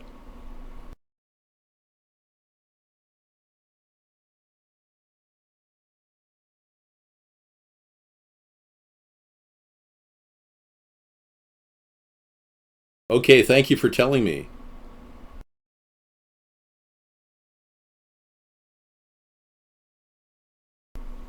Wow. Thank you. Okay, cool. Thanks a lot, Happy Bean. Thanks for telling me all about that. Appreciate it. Okay, Noble Watchman says, George Washington, General Washington, that said that we must protect this young nation from an insidious influence and impenetration. The menace, gentlemen, is the Jews. That's interesting, Noble Watchman. I didn't realize General Washington said that. You know, Washington never ever admitted he was a Mason, but many people believe he was part of a secret society of Masons. And George Washington is on record saying he didn't believe in any parties. That's interesting, too. Well, I don't know if Ronald's daughter posed in Playboy or not. I can't say because Ronald is dead. Okay. Well, all I can say is that if Melania is such a dark spot in Trump's candidacy, why did he make a big deal about it? Why did he go ahead and finger Ted Cruz and his wife, making allegations? It just doesn't make sense. I mean, when a pot is calling a kettle black, or you're living in a glass house and throwing stones, don't you think the glass is going to shatter? I mean, seriously. How many people were aware that Trump's wife had posed naked? Any of you? Well, not exactly fingered Ted's wife, but you know what I mean. Didn't sound right, did it? Well, let's be honest. You knew it. You knew it. You knew it. You didn't know it. How many people didn't know that Melania had posed naked? What do you mean she wasn't exposed? I got pictures of her right here. If you do not include them from the United States, then this Constitution less than 200 years, those... Oh yeah, well, what do you think the 13th Amendment was originally? The 13th Amendment to the Constitution was originally not to allow anyone with a legal license to practice law to ever run for politics. After the Act of 1871, or prior actually, before the Act of 1871, they passed this new 13th Amendment, the Anti-Slavery Amendment. So they basically whitewashed the entire amendment that was there prior, and for 40 years, no lawyer was allowed to run for office. You got the video? Cool. And it just so happens that 90% of lawyers are Jewish. Yeah, Titles of Nobility Amendment, no lawyers should be president. Absolutely. Thank you, Grizzly Ray. And they did. They changed it. I absolutely agree. So yeah, we have to look at what our constitutional history is all about. And when they suppressed 40 years of the 13th Amendment and they made nobody know about it, I personally know a guy who has all kinds of documents on this that he's acquired over a 20-year period. He has school books from the 1840s that were used in America that talk about the 13th Amendment. We have proof it exists, but they would rather not even acknowledge that it exists. These are the people running our government. Most of them were lawyers. Most of them have connections to these people you're telling me about. I mean, obviously. And they have allegiances to more than one country. That was the inherent reason why they didn't allow lawyers, because when a lawyer becomes a lawyer, they pass the bar, which is, they're given the title of Esquire. They're members of the bar, which is run out of England, which has dual allegiance. We don't have any need for English lawyers in our country running American politics. So all lawyers are working out of England. Just simply passing the bar, you automatically become part of that. All right, let's move on. Apparently a lot of you don't like Donald Trump and his Zionist connections. I'm getting a lot of support tonight. Thank you very much. I appreciate that. It's finally coming to pass that these people are playing massive games. When Donald Trump went to AIPAC last week, it probably dropped the jaws of about 50% of his supporters who were like, pro-white, we don't want them. Oh, yeah. But what's he going to AIPAC for? Yeah, I don't. I am Bill Hicks. You know, and you should be proud of the fact that you're Jewish. Exactly. And I have nothing against Jewish people. I think it's perfectly fine for people to be religiously inclined to whatever choice you want. But you got to understand, you can't expect to have a disproportionate number of doctors, lawyers, bankers with such a number being Jewish and not expect a backlash. The backlash will be more opportunity for everybody, more entrance into those professions for everybody of any background. That's the backlash. It's not going to hurt you. You'll, if anything, have a little bit more competition when making $500 an hour budgets for your clients as an attorney. Others might want to actually, thank you, Guest 4807. That's very alliterative. Oh, why be proud to be Jewish? I don't think it's a problem if you're Jewish. And frankly, you're welcome to come into this party and hang. I have no problem with Jewish people. The fact of the matter is, we can't possibly go around pointing the finger right now. We have to fix the problem. The problem is the SEC. They are not doing anything to stop this. Welcome, I Beyond That. The SEC essentially does whatever they're told. And they're only reading... Okay. They're only basically doing what the script is telling them to do. They're told to just pick on little guys and ignore the big Wall Street criminals. They do this all the time. They'll pick on some poor guy who did... There was one guy that had this is what his business was like. He was attacked 3 years ago by the SEC. The guy had a company that called up other corporations and said, hey, what's going on? I mean, I'd like to know more about your company. Any new things on the agenda? Well, yes, we're planning on building a new, bridge to nowhere or whatever, affecting stock values. He just simply make phone calls. And his team of callers would gather information about companies and put out a profile. Well, this SEC called him out, charged him with insider trading, and he's serving jail time now. Meanwhile, Goldman Sachs, they're unscathed. Nobody's touching them. Oh, even Congress is allowed to do insider trading. 60 Minutes did a story about this about 3 years ago. They revealed that everybody in Congress can do insider trading all the time. Nobody can stop them. Guess what? The FBI told 60 Minutes they had to pull the entire show from their archives. Yeah. They don't want people to know that the government's cheating.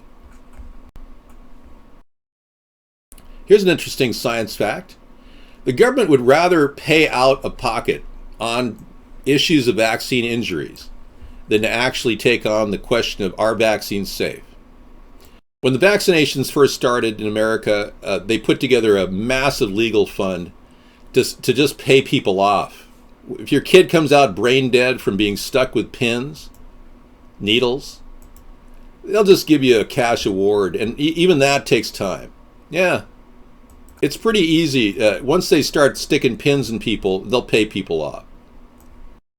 2 weeks ago, hardly anyone heard about the Zika virus. Now the vaccine's almost ready. How big do you want the red flag to be? So they're going to implement all kinds of things through the vaccination program. Let me share something with you. Vaccinations by themselves are an unproven science. Yes, they've been able to help with some diseases, but not all of them. And 200 of them have not been able to be cured whatsoever. Flu viruses, that now they have all kinds of ridiculous flu virus vaccines at every drugstore in America.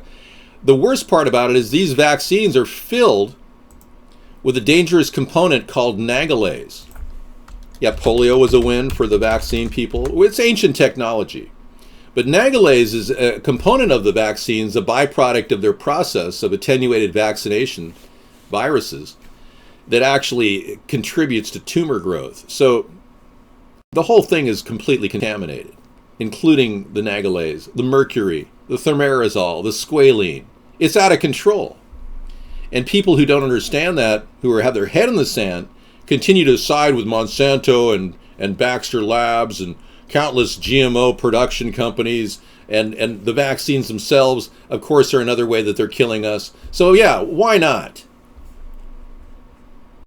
So true, Jewish people are tribal. Oh, really? I did not know that.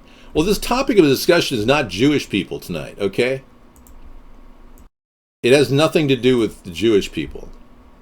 It's been your topic of conversation all night long, and I'm not sure why. Maybe because you realize you just got butt raped by the big guy. Yeah. He thought, he lured you in thinking he was against all of this Zionist control, and now he goes and hangs out at AIPAC. Dano, I don't have any other option. I've been completely censored by the mainstream media. What you're looking at is all I have left. Yeah. It's been going on for a long time. The censorship of a lot of political parties in America, dating back to FDR. And nobody seems to know. We're all living into this illusion that we're free and democratic and live in a republic. It's a complete lie. So Dano, I'm sorry if you didn't realize that. It comes as a shocker to a lot of people that they're living in a communist, fascist, junta police state. Welcome to the new America. Yeah. It's all controlled by money. And your love of money is, believe it or not, the root of your evil. Now, I realize you guys need money. I know that you have to feed the family. I know you got to make plans. I know that you want to get better. I know you want to improve your life. That's not greed. That's just survival, okay? But the greedy ones, like the Trump family, they basically admit they're greedy and they're proud of it. They're basically out to screw everybody around to get more money. And that's called the real evil of greedy love of money. It's really a problem. And it's turned out to be the biggest problem facing the country. So I'm writing a book right now that counters that problem and goes right at the source. And I'm trying to help give everybody skill sets that they can survive in a tough economy, because it's going to be a tough economy, no question about it. They have borrowed so much money against our balance sheet that we either need to restructure our government and get rid of the Fed, or we need to cut our spending, or both, to survive. It's going to come down to crunch time in the next 20 years. Social Security Trust Fund, they anticipate, will be dried up by 2027. Now, my first book is Hybrid Capitalism. It's already on the shelf. It's a 99-cent download. If you go to AmericasThirdParty.com, you can download it at our store. Yeah, thank you, Cool James. California bans commercial crab fishing due to excessive radiation in seafood. Now, I was telling you about the dangers of Fukushima a long, long time now. I'm going to be playing you information that may give you a little hope that it may not kill you, but it will kill the ocean fish life. At this point, it does not have an audio book, but I hope to do a read-through for both books eventually. But there's an automated audio read-through on the Kindle system that you can activate if you want to read it through Kindle. Well, I would love to post a link to the download, yeah.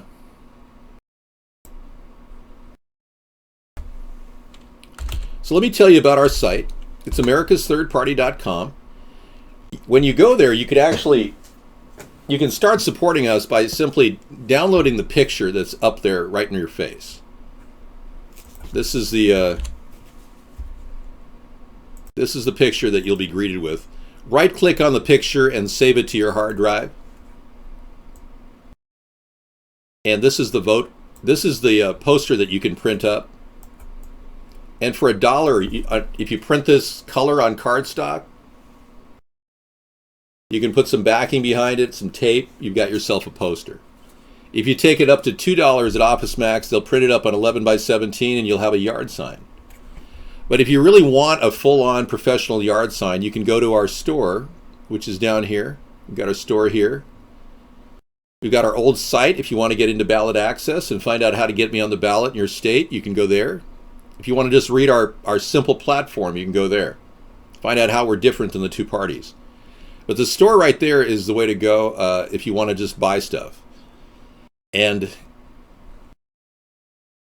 these are the things we have for sale. We've got our book here for download, Hybrid Capitalism. And that takes you directly to our download button or our purchase book price. We have a purchase plan there. It's taking you to Amazon. We've got t-shirts for sale. We've got yard signs for sale. I even have bumper stickers for sale at the yard sign link. If you go there and on the far right, you'll find those for $4 for bumper stickers. All right, so I'm clicking on this and waiting for it to pop up. It pops up, and here's the link to the book. Now, it's $14.99 for a paperback delivered, plus I think there's a shipping charge. They're very nice books. And the Kindle edition is 99 cents now. It's practically free. And I'm getting better reviews as time goes on because more and more people are reading it. All right, that's the link. Thank you.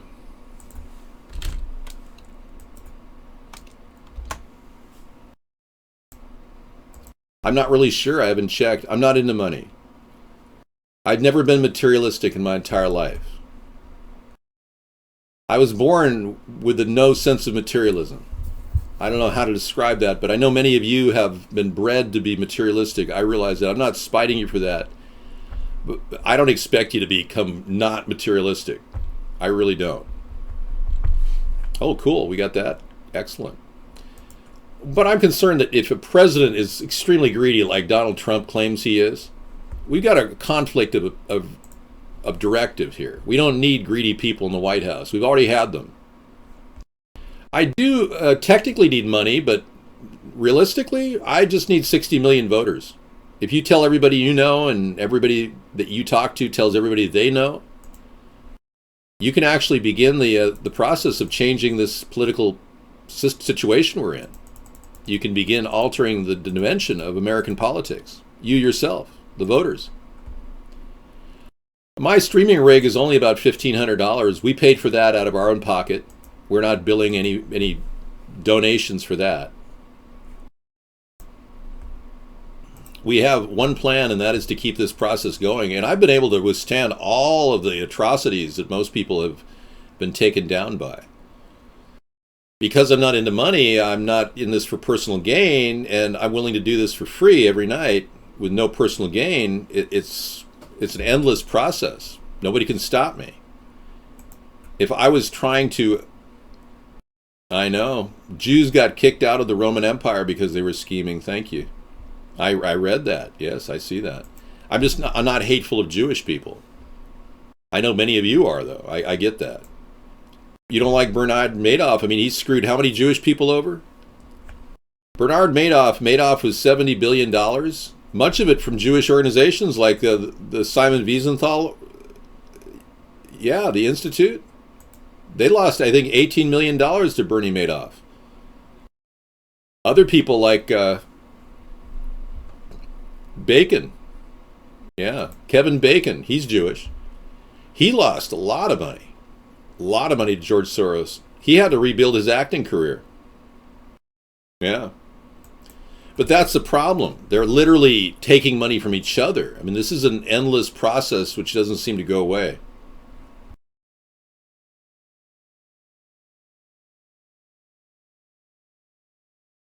Yep. I know. Well, Noble Watchman, it's not just Jewish people that you have to, obviously, you're dealing with a climate of greed, and it crosses all religious lines. Have you ever dealt with Iranians? They're technically Muslim. Have you ever dealt with them? The entire region of what was formerly known as Phoenicia, dating back more than a few thousand years, these people were experts at the deal. They were experts at the deal. They were always trying to get the edge. For thousands of years, the climate of lying is endemic in their culture. It doesn't matter whether it's a group of people from one area or another. It's irrelevant. They were all in a very, very tough competitive area. And as you well know, Jewish people were slaves under the Egyptian and Roman rule. So it's not something that we should ignore, that they're trying to always get the upper edge so that they never fall into the category of being a slave again. Kevin Bacon is not Jewish? Oh, really? I had no idea. Well, I'm so sorry he was, taken by Bernie Madoff. I thought he was Jewish. I stand corrected. Thank you. But yeah, it's this covetous nature of their mind, and it doesn't matter whether you're telling with Jewish people or Muslims in that region. Traditionally, they were all about protecting their own, colluding, and willing to lie to do it. So that undermines the very tenet of fairness that Americans have grown up with. Many people who are still believers in truth and justice, and it's like most criminal-minded people who are stealing from people like you, if you're of a criminal mind, you'll look at an honest guy and say, oh yeah, they're going to get hosed. There's absolutely no respect for honesty among thieves. None whatsoever. So naturally our country is going to devolve into some sort of a dog-eat-dog, incredible, rampant race to nowhere like we have today. Where Wall Street executives like Donald Trump, they lose their job. He got fired by Mark Burnett. He didn't even have the wherewithal to keep control of the Celebrity Apprentice name. Donald Trump, with his billions, you would have thought he would have bought Mark Burnett out and said, hey, I want to own this Celebrity Apprentice. I won't work for you until you give me ownership. He didn't even negotiate that. He was fired from the Celebrity Apprentice show by Mark Burnett, who owns the rights to Celebrity Apprentice. Tell me that's a smart businessman.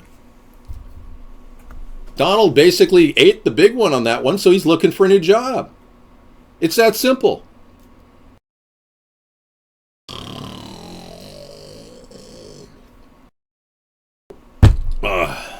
You're yawning? That's too funny.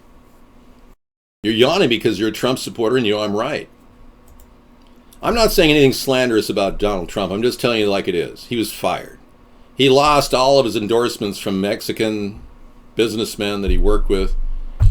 This guy's basically, he's on his last leg, and he's pushing for control of the Republican Party because they're weak. They're waiting to be taken down. Anybody with a half a brain could pull the Republicans into the toilet bowl with them. And believe me, the American people are ready to flush the toilet on the George W. Bush mentality. And Donald Trump seems to share that same mentality. Fearful of ISIS, wants to start another ground war. Sound familiar? He might as well be George W. Bush repackaged.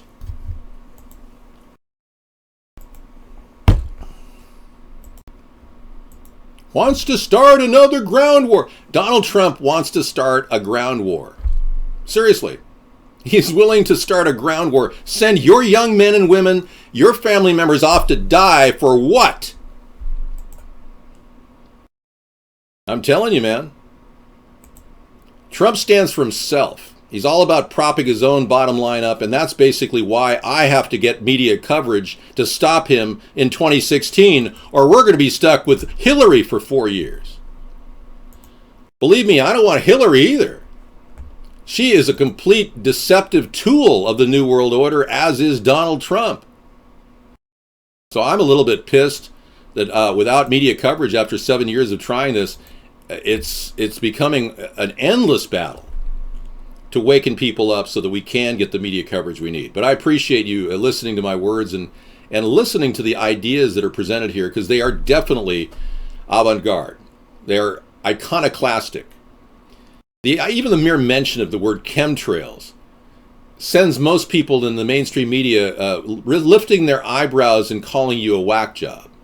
But you and I both know that they're spraying these chemicals in our air, and they're literally dumping chemicals on us like we were insects, like we were lab rats. You want to be a lab rat? I certainly don't.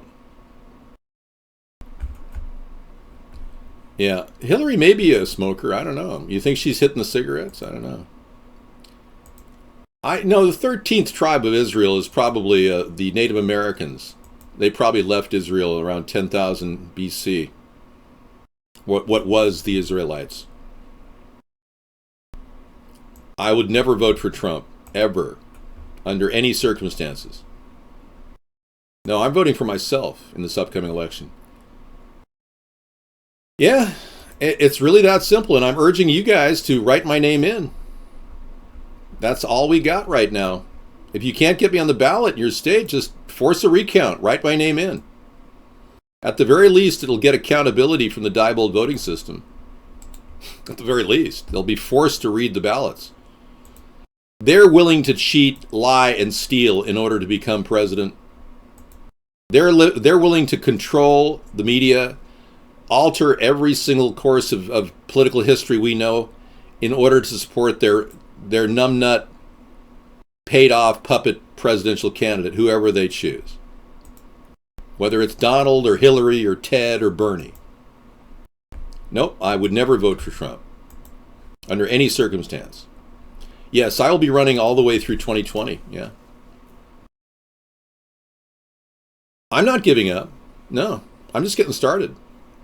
If Trump were to ask me and say, David, I know you said a lot of bad things about me on your show, I just still think that you're a person that does evoke ideas that I share.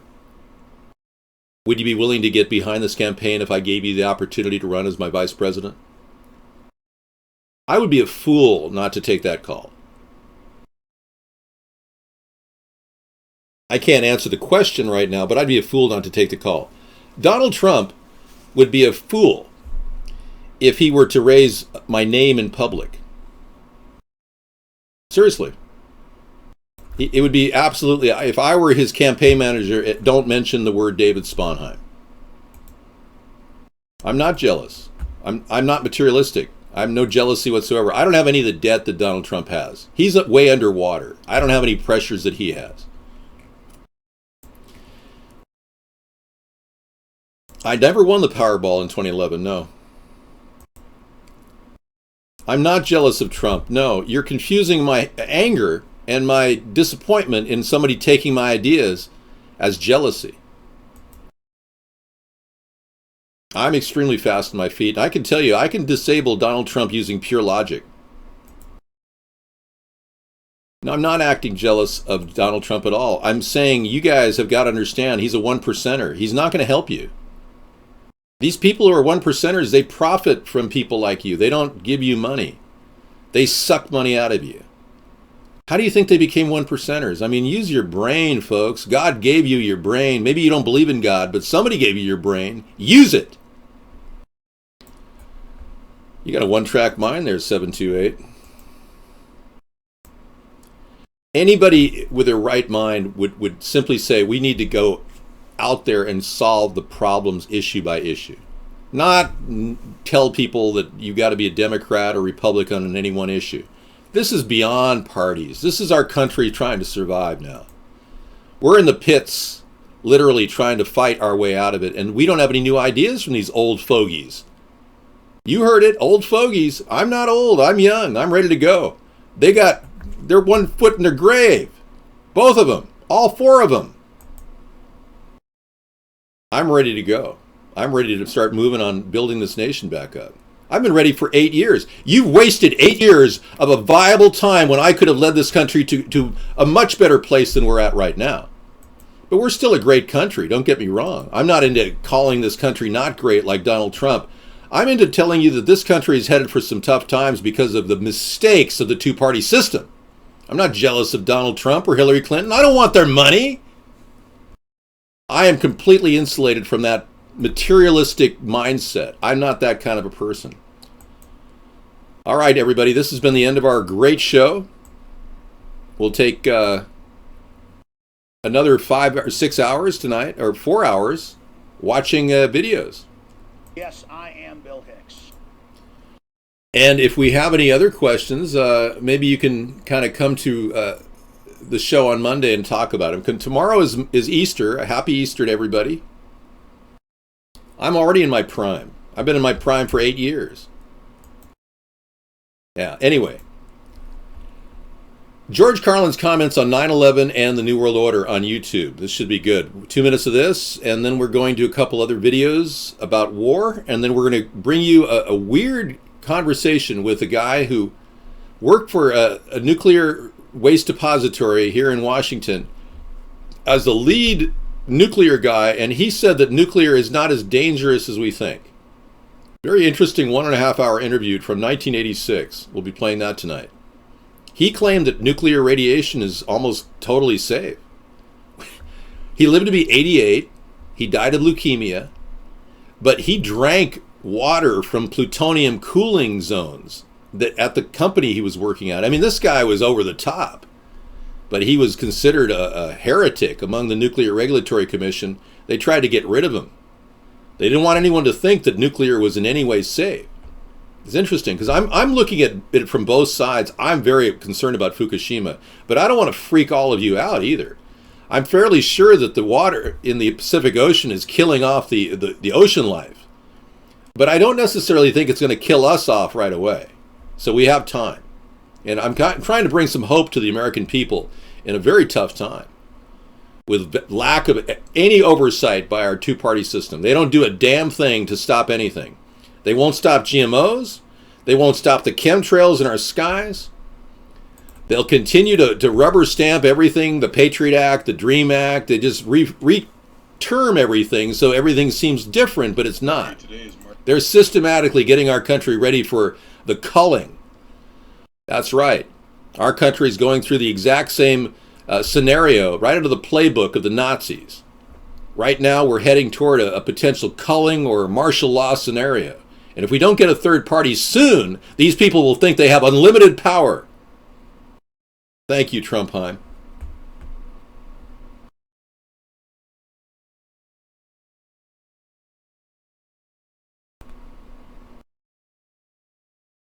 Okay, we're going to permanently ban you.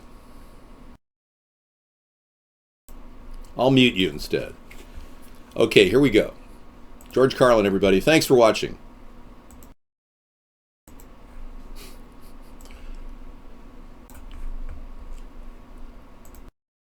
God. Well, your gaydar is really messed up. You probably voted for Barack Obama.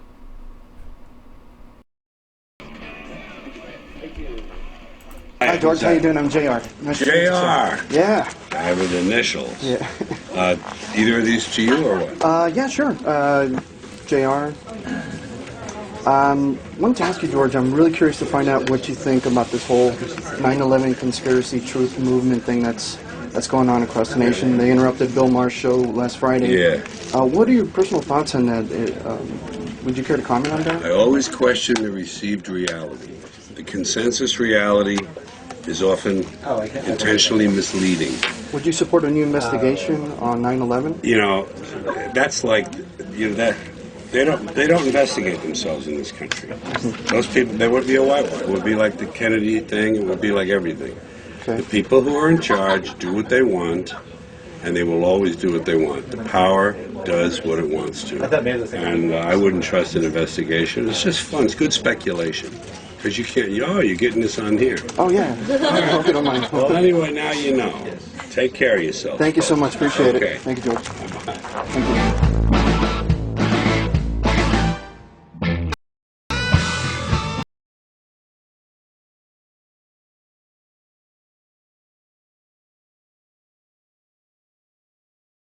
March 26th, 2016, Right now at 3:45 p.m. in Southern California, we have a temperature of 74 degrees. The relative humidity is 35%. The dew point is 51 degrees. And we have a barometric pressure of 29.90, which is up just a little bit from... Look at how they've engineered this massive dry zone in California. Look at this. This guy's got it right in front of your face. It's just weird how they've created this void of air and moisture in California. Unreal. Last night we had 29.88 last evening. Today it's 29.90. All right, so we're watching the Northeast Pacific Water Vapor Loop.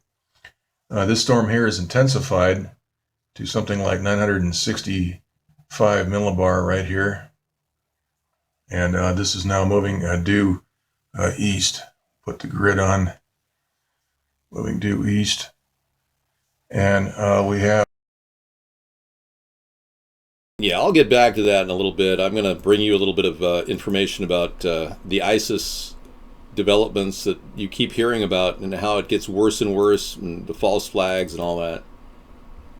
Yeah, I think it's time to take a look at, let's hit the big questions right now. We have a whole series of things on the Brussels attack that I want all of you to see. This is an eye-opener for many of you that we might be, in fact, lied to about these events to create fear of terror. And we've got a lot of solid bits of evidence showing that this could be a complete hoax.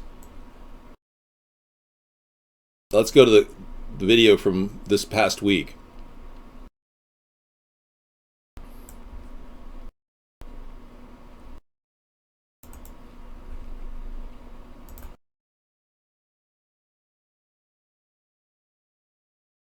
Well, folks, looks like we got some footage here. So 30 people died between this blast and the blast in the subway under the airport. Huh? Really? I've seen explosions, okay? I've watched those explosions going off in Iraq. All right? I've seen the aftermath of explosions. It obliterates the entire area. Okay? Look at this. And it's so bad. Look at how blurry it is. Okay? And they got advertising. Sure, of course you got to have the advertisements up.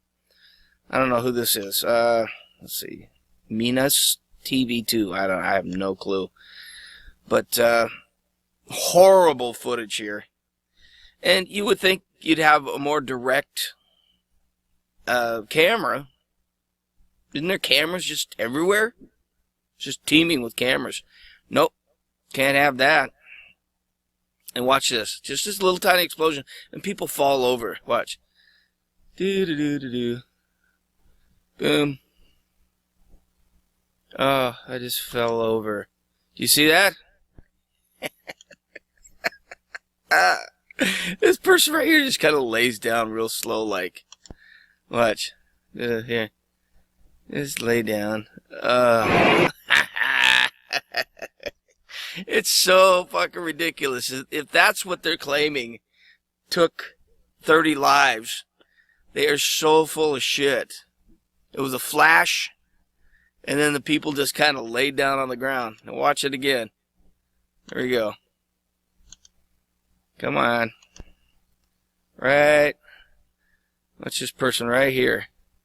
Kind of looked. I mean, even how blurry it was, I could still see that he was looking towards the film director.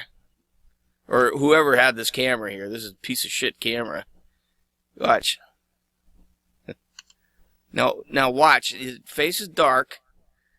And then... Right. But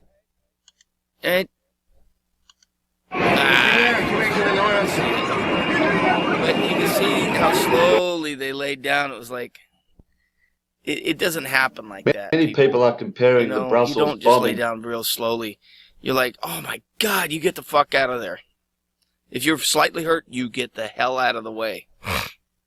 You run your ass off. And if you're close to it, you are obliterated. You don't just lay down like that. So, bullshit, bullshit, bullshit. Psyop, psyop, psyop. Hoax, hoax, hoax. Nobody got hurt. This isn't a false flag. This is a hoax. Okay? False flag is when people get killed and or maimed, i.e. 9/11. That's when they're serious about their fucking work. That's when you get big-time military contractors working on it, okay? These are small agencies making money off of the security of these facilities, okay? We got it going all over the United States right now. They're implementing security measures everywhere. They've had the TSA since freaking early 2000s. You know, now they got the perverts groping kids. And they got security cameras in schools. And they got panic buttons. And I'm sure they're stepping it up to where they got security locks. And when you come in, you probably get patted down if they think you're carrying something. You know, so they can grope the girls or whatever. Or the guys if they're fags, you know. Who knows? Anyway, that's my take on that. You saw it. Just bullshit. Nobody died. It's a little flash. Do that again. Come on.